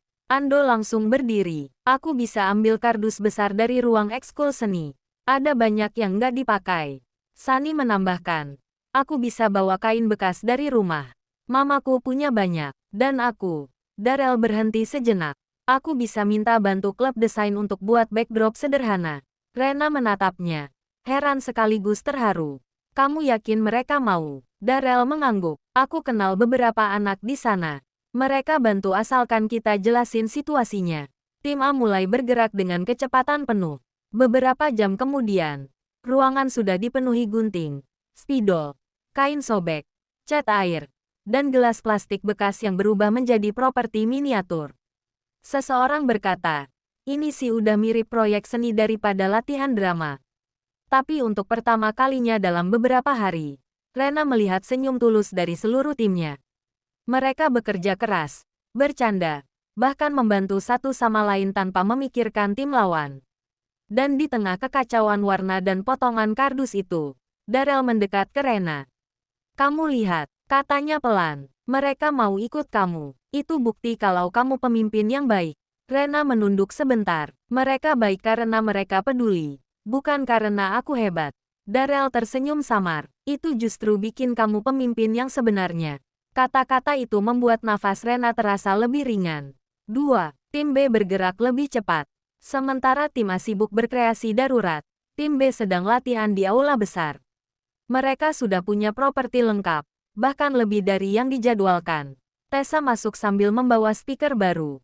Ini untuk adegan pembukaan. Kita pakai musik dramatis biar penonton langsung terpukau. Beberapa anggota bersorak. Dan besok, Lanjut Tessa. Kita akan melakukan latihan terbuka di lapangan sekolah. Biar semua bisa lihat seberapa siap kita.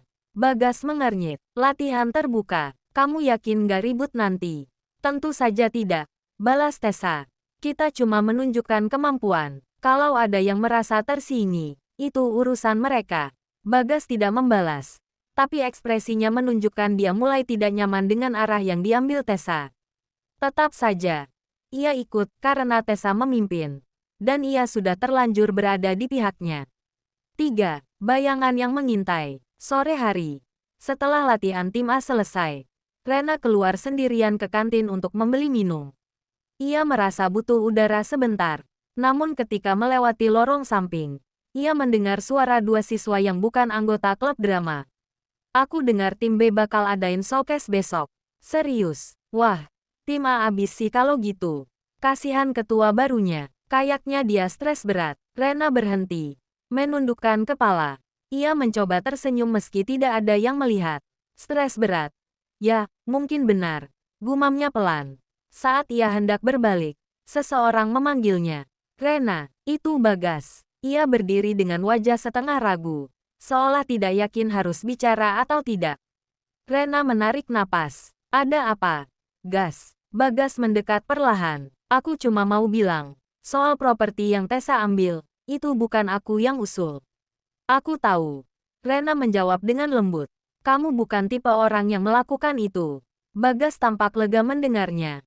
Lalu berkata lebih pelan. Aku juga nggak nyaman kami bikin latihan terbuka besok. Kayaknya arahnya bukan sekadar kompetisi sehat lagi. Rena terdiam. Menatap Bagas sejenak. Ada rasa sedih di matanya. Bukan marah. Kenapa kamu masih ikut? Tanya Rena akhirnya. Bagas menunduk. Aku nggak mau ninggalin tim. Dan aku rasa aku harus jaga Tessa. Jaga. Rena mengulang. Bingung. Bagas menatap lurus ke matanya. Tessa itu ambisius, Ren. Tapi dia juga pernah cerita. Kalau dulu kamu yang selalu jadi pusat perhatian di klub ini. Dan dia merasa tersisih. Rena membeku. Ia tidak pernah tahu hal itu. Bagas melanjutkan. Aku rasa konflik kalian sudah mulai jauh sebelum pembagian tim. Rena menggenggam botol minum di tangannya lebih erat. Kalau begitu, kenapa dia tidak pernah bilang padaku? Bagas tersenyum sedih. Kadang orang yang terluka justru paling pandai menyembunyikan. Rena terdiam lama, bukan hanya karena ucapan Bagas, tapi karena ia baru menyadari. Tessa bukan hanya kompetitor. Tessa adalah seseorang yang pernah ingin menjadi temannya, namun merasa gagal. Dan luka itu kini menjadi sumber amarah. 4. Janji kecil. Sore semakin gelap ketika Rena kembali ke ruang latihan. Darrell menunggunya di depan pintu. Kamu lama, katanya. Aku khawatir. Rena tersenyum. Kali ini lebih tulus. Aku cuma dapat beberapa jawaban. Darrell menatapnya. Ingin bertanya lebih banyak, tapi ia menahan diri. Apa kamu baik-baik saja? Nada suaranya lembut, tidak menuntut. Rena mengangguk pelan. Aku baik, dan besok, apapun yang dilakukan tim B, kita tetap di jalur kita. Darrell mengangguk. Kalau mereka bikin latihan terbuka, kita tidak meniru mereka. Potong Rena dengan tenang. Kita tetap fokus pada konsep kita. Darrell tersenyum kecil. Itu yang bikin kamu beda. Sebelum pulang, Rena berkata pelan. Terima kasih sudah ada di sini. Darrell mengangguk. Sama-sama, aku tetap dukung kamu dan tim kita. Mereka berpisah di ujung koridor. Namun Rena tidak tahu. Di balik tikungan, seseorang tadi memperhatikan percakapan mereka dengan tatapan dingin. Tessa, ia menggenggam loker hingga buku catatannya tertekuk. Mereka pikir bisa menang dengan kedekatan itu. Bisiknya, lalu ia menutup loker dengan keras. Kita lihat saja. Bab 20. Malam yang membuka luka lama. Hujan turun deras sepanjang sore, membasahi halaman Akademi Yuexing dan membuat udara malam terasa lebih dingin dari biasanya. Shen Yue melangkah cepat menuju gedung pusat kegiatan, tempat F4 dan teman-temannya berlatih untuk pementasan drama yang tinggal beberapa hari lagi. Namun sejak insiden besar di bab sebelumnya, ketegangan antara Zelin dan Qiaoran, rahasia masa lalu yang hampir terbongkar, serta hubungan rumit di antara para anggota klub, suasana latihan tidak pernah kembali benar-benar tenang. Malam ini semuanya memuncak. Ketegangan di ruang latihan. Begitu Yue membuka pintu ruang latihan, ia langsung merasakan atmosfer yang berbeda. Para anggota klub berdiri membentuk dua kelompok kecil, seolah sedang menonton sesuatu. Di tengah ruangan, Zelin dan Qiaoran saling berhadapan dengan tatapan tajam. Aku sudah bilang, itu bukan salahku. Suara Qiaoran terdengar keras, bergetar entah karena marah atau takut. Zelin membalas dengan nada rendah, tetapi dingin. Kau sadar apa yang kau lakukan bisa membuat seluruh pementasan gagal. Shen Yue buru-buru mendekat. Ada apa ini? Kenapa kalian bertengkar lagi? Semua orang terdiam. Hanya suara hujan di luar yang terdengar. Akhirnya, Zelin menghela napas keras. Naskah cadangan hilang. Padahal itu satu-satunya versi final yang sudah disetujui panitia festival. Yue membelalakan mata. Apa? Tapi aku baru lihat naskah itu kemarin di laci ruang produksi. Qiaoran langsung menatapnya. Laci itu dikunci. Aku satu-satunya yang punya kuncinya. Tapi waktu aku kembali sore ini, lacinya sudah terbuka. Dan naskahnya lenyap. Lanjut Zelin. Semua tatapan mengarah pada Qiaoran. Ia terlihat gemetar, tetapi tetap bertahan. Kalian pikir aku sengaja menghilangkannya? Untuk apa? Zelin maju sedikit. Karena kau merasa tersingkir. Karena kau tidak terima peran utama tetap jatuh ke Shen Yue. Cukup. Shen Yue memotong keras. Lebih keras dari yang ia maksud. Semua terkejut. Bahkan Zelin menatap Yue dengan bingung. Aku tahu Qiaoran frustrasi. Tapi menuduh tanpa bukti tidak akan menyelesaikan apapun. Namun sebelum situasi mereda, pintu ruangan terbuka dengan keras. Kedatangan tak terduga. Yang muncul adalah ketua panitia festival sekolah, Yu Zhen. Wajahnya serius. Hampir gelap. Aku dengar naskah akhir menghilang. Katanya tanpa basa-basi. Jika kalian tidak menemukannya malam ini, drama ini akan dicoret dari daftar pertunjukan. Ruangan langsung membeku. Tidak mungkin, bisik Shen Yue. Yu Zhen melanjutkan. Kami sudah menolak 3 klub lain karena waktunya terlalu mepet. Jika kalian gagal juga, festival tahun ini akan kacau. Ia menatap satu persatu anggota klub drama. Kalian punya waktu sampai besok pagi. Tanpa menunggu jawaban, ia pergi begitu saja. Kecurigaan baru. Setelah pintu tertutup, suasana kembali kacau. Beberapa anggota klub mulai bergumam lirih. Ada yang menyalahkan Qiaoran. Ada yang menyalahkan Zelin karena membuat masalah makin panas. Ada juga yang mulai panik.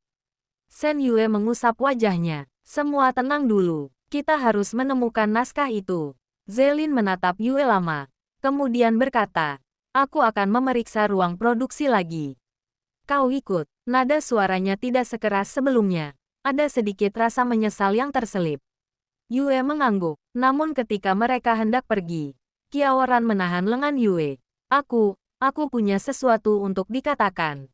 Semua menoleh. Qiaoran menunduk. Suaranya bergetar. Tadi siang, aku melihat seseorang keluar dari ruang produksi. Tapi aku tidak yakin. Jadi aku tidak berani bilang. Siapa? Tanya Zelin cepat. Qiaoran menggigit bibir. Aku hanya melihat dari belakang. Tapi, aku yakin itu seseorang dari F4. Ruangan langsung gaduh. Nama F4 selalu membawa gejolak. Siapa tepatnya? Shen Yue bertanya hati-hati. Qiaoran menarik napas panjang. Aku rasa, itu Gulan. Semua terdiam. Gulan, anggota F4 yang paling misterius. Jarang bicara. Dan belakangan ini sering menghilang dari latihan. Shen Yue dan Zelin saling berpandangan. Jika itu benar, masalah mereka baru saja menjadi jauh lebih rumit. Akhir bab 20. Hujan di luar makin deras, seolah menekan sekolah dengan atmosfer mencekam. Naskah hilang, kecurigaan baru muncul, dan kini nama Gulan terlibat. Shen Yue merasa sesuatu yang besar dan gelap sedang bergerak di balik semua ini. Dan apapun itu, akan segera terungkap. Bab 21. Kebenaran terakhir.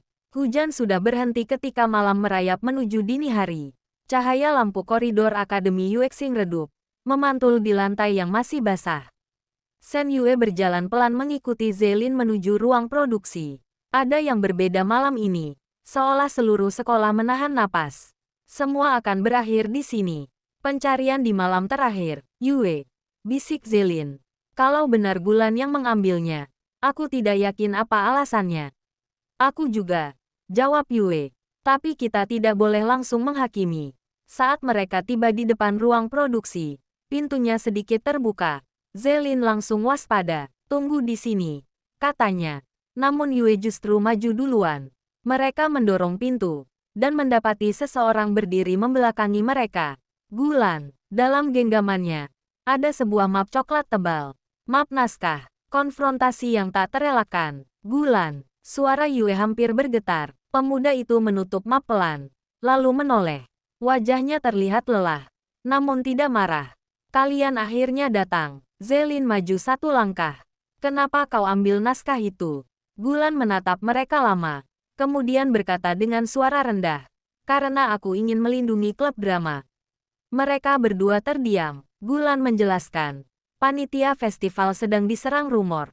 Ada yang ingin acara ini dibatalkan, termasuk pementasan kalian. Naskah kalian ingin dicuri dan dijual ke klub drama dari sekolah lain. Maksudmu, ada yang ingin menjatuhkan kita dari dalam. Shen Yue menahan napas. Gulan mengangguk. Aku mendengar percakapan itu secara tidak sengaja. Mereka berencana mengambil naskah saat Qiaoran tidak ada. Karena aku satu-satunya yang kebetulan lewat. Aku mengambilnya duluan sebelum orang itu kembali. Zelin perlahan melepas napas. Kenapa tidak bilang dari awal? Gulan tersenyum tipis, namun pahit. Karena jika aku bicara, orang itu akan berhati-hati dan menyembunyikan jejak. Lebih baik aku diam sampai kalian di sini. Yue bertanya pelan. Jadi, siapa orang itu? Gulan menatap mereka dalam-dalam sebelum menjawab satu kata yang membuat keduanya terpaku. Yu Zhen, pengkhianatan yang terungkap. Ketua panitia festival. Orang yang memberi batas waktu sampai besok pagi. Orang yang paling percaya diri mengancam mereka. Orang yang tampak selalu ingin festival tampak sempurna. Shen Yue menggeleng tak percaya. Kenapa dia melakukan itu? Dia ketuanya. Justru itu, jawab Gulan. Dia ingin klub drama gagal, agar festival bisa diganti dengan acara baru miliknya. Jika pementasan kita batal, dia bisa menghapus kategori drama dan menggantinya dengan pertunjukan dari klub yang dia dukung. Semua mulai jelas. Fitnah pada Qiaoran, tekanan tidak wajar, ancaman yang muncul tiba-tiba. Gulan mengulurkan map itu pada Zelin. Aku tidak bisa membiarkan kalian jatuh ke dalam rencana itu. Zelin menerimanya dengan tangan gemetar. Terima kasih, Lan. Namun saat ia hendak melanjutkan, suara langkah kaki terdengar dari luar. Tok, tok, tok. Yue segera berbisik. Sembunyi. Mereka bertiga bergegas bersembunyi di balik rak properti. Pintu kembali terbuka. Yu Zhen melangkah masuk dengan tatapan sinis. Jadi, naskahnya tidak ada di sini. Menyebalkan. Ia menggeram. Kalau hilang sampai pagi, mereka harus menyerah. Ia berbalik hendak pergi. Namun Zelin keluar dari persembunyian. Tidak perlu sampai pagi, katanya tegas. Kami sudah menemukannya. Yu Zhen membeku. Shen Yue dan Gulan ikut muncul. Senyum dingin di bibir Yu Zhen perlahan lenyap. Kalian akan menyesal melakukan ini. Yang akan menyesal, balas Yue dengan tenang, adalah orang yang mencoba menjatuhkan teman-temannya. Yu Zhen akhirnya pergi.